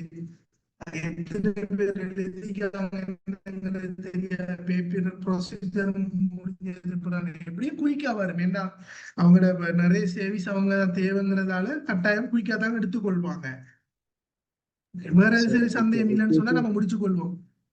சொன்னா பிள்ளையால் உங்களுக்கு நீங்க செலக்ட் இல்லையாங்கிறத போட்டு அங்கேயே காசு கட்ட சொல்லுவாங்க. ஒரு 2 வீக்ஸ் தான் டைம் தருவாங்க காசை கட்டுறதுக்கு. அதுக்குள்ள நாம காசை கட்டிட்டு இது செய்யணும். என்ன ஆன்லைன்ல எல்லாம் ஆன்லைன்ல கட்டி முடிச்சு செஞ்சதுக்கு பிறகு அவங்க அறிவிப்பாங்க உங்களுக்கு எக்ஸாம் எப்ப என்னங்கிற சம்பந்தமா கலண்டர்ல போடுவாங்க. ஒரு 3 மாதத்துக்குள்ள ப்ரீ நடந்து கொள்ளும். சார், எக்ஸாம்க்கு எவ்வளவு காசு கட்டணும்? என்னமா எக்ஸாம்? எக்ஸாம்க்கு எவ்வளவு மாதிரி காசு கட்டணும் சார்? பார்ட் 1க்கு நினைக்கிறேன் 1200 ரூபாயோ, மத்தது பார்ட் 2க்கு ஒவ்வொரு பாடத்துக்கு 300 ரூபாய் படி காசு கட்டணும். எனக்கு மெசேஜ் போடுங்கம்மா இண்டிவிஜுவலா. நான் இந்த நம்பர் மென்ஷன் பண்ணிருக்கேன், 2 நம்பர். இதுக்கு நீங்க லிமிடெட் கிளாஸ் டீடைல்ஸ் போடுங்க, நான் லிமிடெட் சம்பந்தமா சொல்றேன். சொல்லுங்க. இப்ப எனக்கு வந்து 28 பிளஸ் அப்படின்னு சொன்னா நான் வந்து எக்ஸாம் சிட் பண்ணேருமா? ஷுவராவே வந்து 30 மாத்திட்டாங்களா இந்த இயருக்கு? என்னன்னா இப்ப அப்ப கேபினெட்ல அப்ரூவ் கொடுத்தாலும் கால் பண்றால 30க்கு தானே இது செய்ய போறாங்க. சோ நீங்க அது ஷுவர், அது கன்ஃபார்ம். சரியாமா? Okay sir, thank you. நான் தானே உங்களுக்கு ஏர்லியா மென்ஷன் பண்ணி போட்டீங்க. நீங்க இந்த ஏர்லியா இருந்தது இப்ப வந்துட்டு இது செஞ்சது 30ன்னு சொல்லி 30 பிளஸ் ஐஏஎஸ்க்கு 32. ஓகே, வேற எது சரி இல்லைன்னா நம்ம முடிச்சு கொள்வோம். ஹலோ சார், இந்த கனெக்ஷன் கட் ஆனது சார். தனித்தனி பாடமும் ஜாயின் பண்ணலாமா சார்? ஒரு பாடத்துக்குன்னு சொன்னா 1500. சார் ஜெனரல் நாலேஜுக்கு என்ன மாதிரி சார் கிளாஸ்? ஜெனரல் நாலேஜ்ல கிளாஸ் நான் பேசிட்டு உங்களுக்கு போட்டுடுறேன். நீங்க எனக்கு மெசேஜ போட்டு கொள்ளுங்க. ஓ சார், நெக்ஸ்ட் மந்த் போல என்வாயன்மெண்டல் அப்புறம் நான் போடுறேன். நீங்க வாட்ஸ்அப்ல மெசேஜ் போடுங்க. அந்த 2 நம்பர்ல போடுங்க, செஞ்சு கொள்றேன். Okay sir. சார் இப்ப கடைசியான அந்த எக்ஸாமுக்கு சார் ஐக்யூக்கும் டைம் வேற காணாம சரி இருக்கு இல்லாட்டி சார். முடிச்சு கொள்வோம். நான் message okay bro, one doubt. நான் இப்போ யூனிவர்சிட்டி ஃபைனல் இயர் இல்லாம எந்த என்னமா விளங்கல? இல்ல சார், ஐக்யூ ரெடி யாரோ ஏதோ சொன்னீங்க, எனக்கு விளங்குது இல்லமா. நிறையவே இருக்கும் சார், டைம் காணாம இருக்கு சார். ஐக்யூக்குள்ள நான் அதை தாண்டேமா சொன்னேன். ஐக்யூல என்னன்னா நம்மட பிரச்சனையே டைம் மேனேஜ்மெண்ட் தான் பிரச்சனை. சோ அதுக்கேற்ற மாதிரி பிராக்டிஸ் எடுங்க பிள்ளையா. வெறுமனே ஈக்குவேஷனை கொண்டு போய் ஐக்யூல அப்ளை பண்ணாதீங்க. ஐக்யூங்கிறது மூளையை டெஸ்ட் பண்றது, மெட்ஸுங்கிறது வேற, ஐக்யூ வேற. ரெண்டையும் வித்தியாசமாக்கிடுங்க. இங்கே இருக்கிற நீங்க ஈக்குவேஷனை கொண்டு போய் இங்க அப்ளை பண்ண போனீங்கன்னா கஷ்டம், டைம் கூட எடுக்கும். டைமுக்குள்ள முடிச்சு பழகணும். அதுக்குதான் மெயினான விஷயம். உங்களுக்கு பேப்பர் போடுற சும்மா குத்து மதிப்புல போடுற இல்லையே, அவங்களுக்கு தெரியும் பிள்ளை திருமணத்துல செய்யுண்டு. அதுக்கு ஏத்த மாதிரி தான் நம்ம செய்யணும். ஆகஸ்ட்ல கால் பண்ண சான்ஸ் இல்ல, செப்டம்பர் தான் கால் பண்றது வாய்ப்பு இருக்குது. அவ முடிச்சு கொள்வோமா? Hello sir. ஓகே, அப்ப இதோட முடிச்சு கொள்வோம். அனைவருக்கும் இஸ்லாம் குட் ஈவினிங். சொல்லுங்க மேம். நான் 2 சர்வீஸுக்கு போட்டு பார்ட் 2 டைம் எக்ஸாம் வர டைம் ஒரு எக்ஸாம் மட்டும் சிட் பண்ணலாமா? ஒரு சர்வீஸை விட்டு போட்டு? இல்ல இல்ல இல்ல, நீங்க 2க்குரிய காசையும் கட்டணும். ஒரு எக்ஸாம் சிட் பண்ணலாம், அது வேற இல்ல. நான் 2 எக்ஸாமுக்குரிய காசையும் கட்டணும். ஓகே.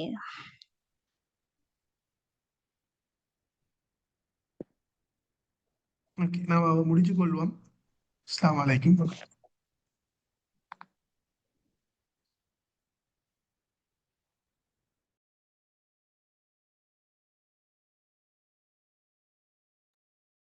Thank you.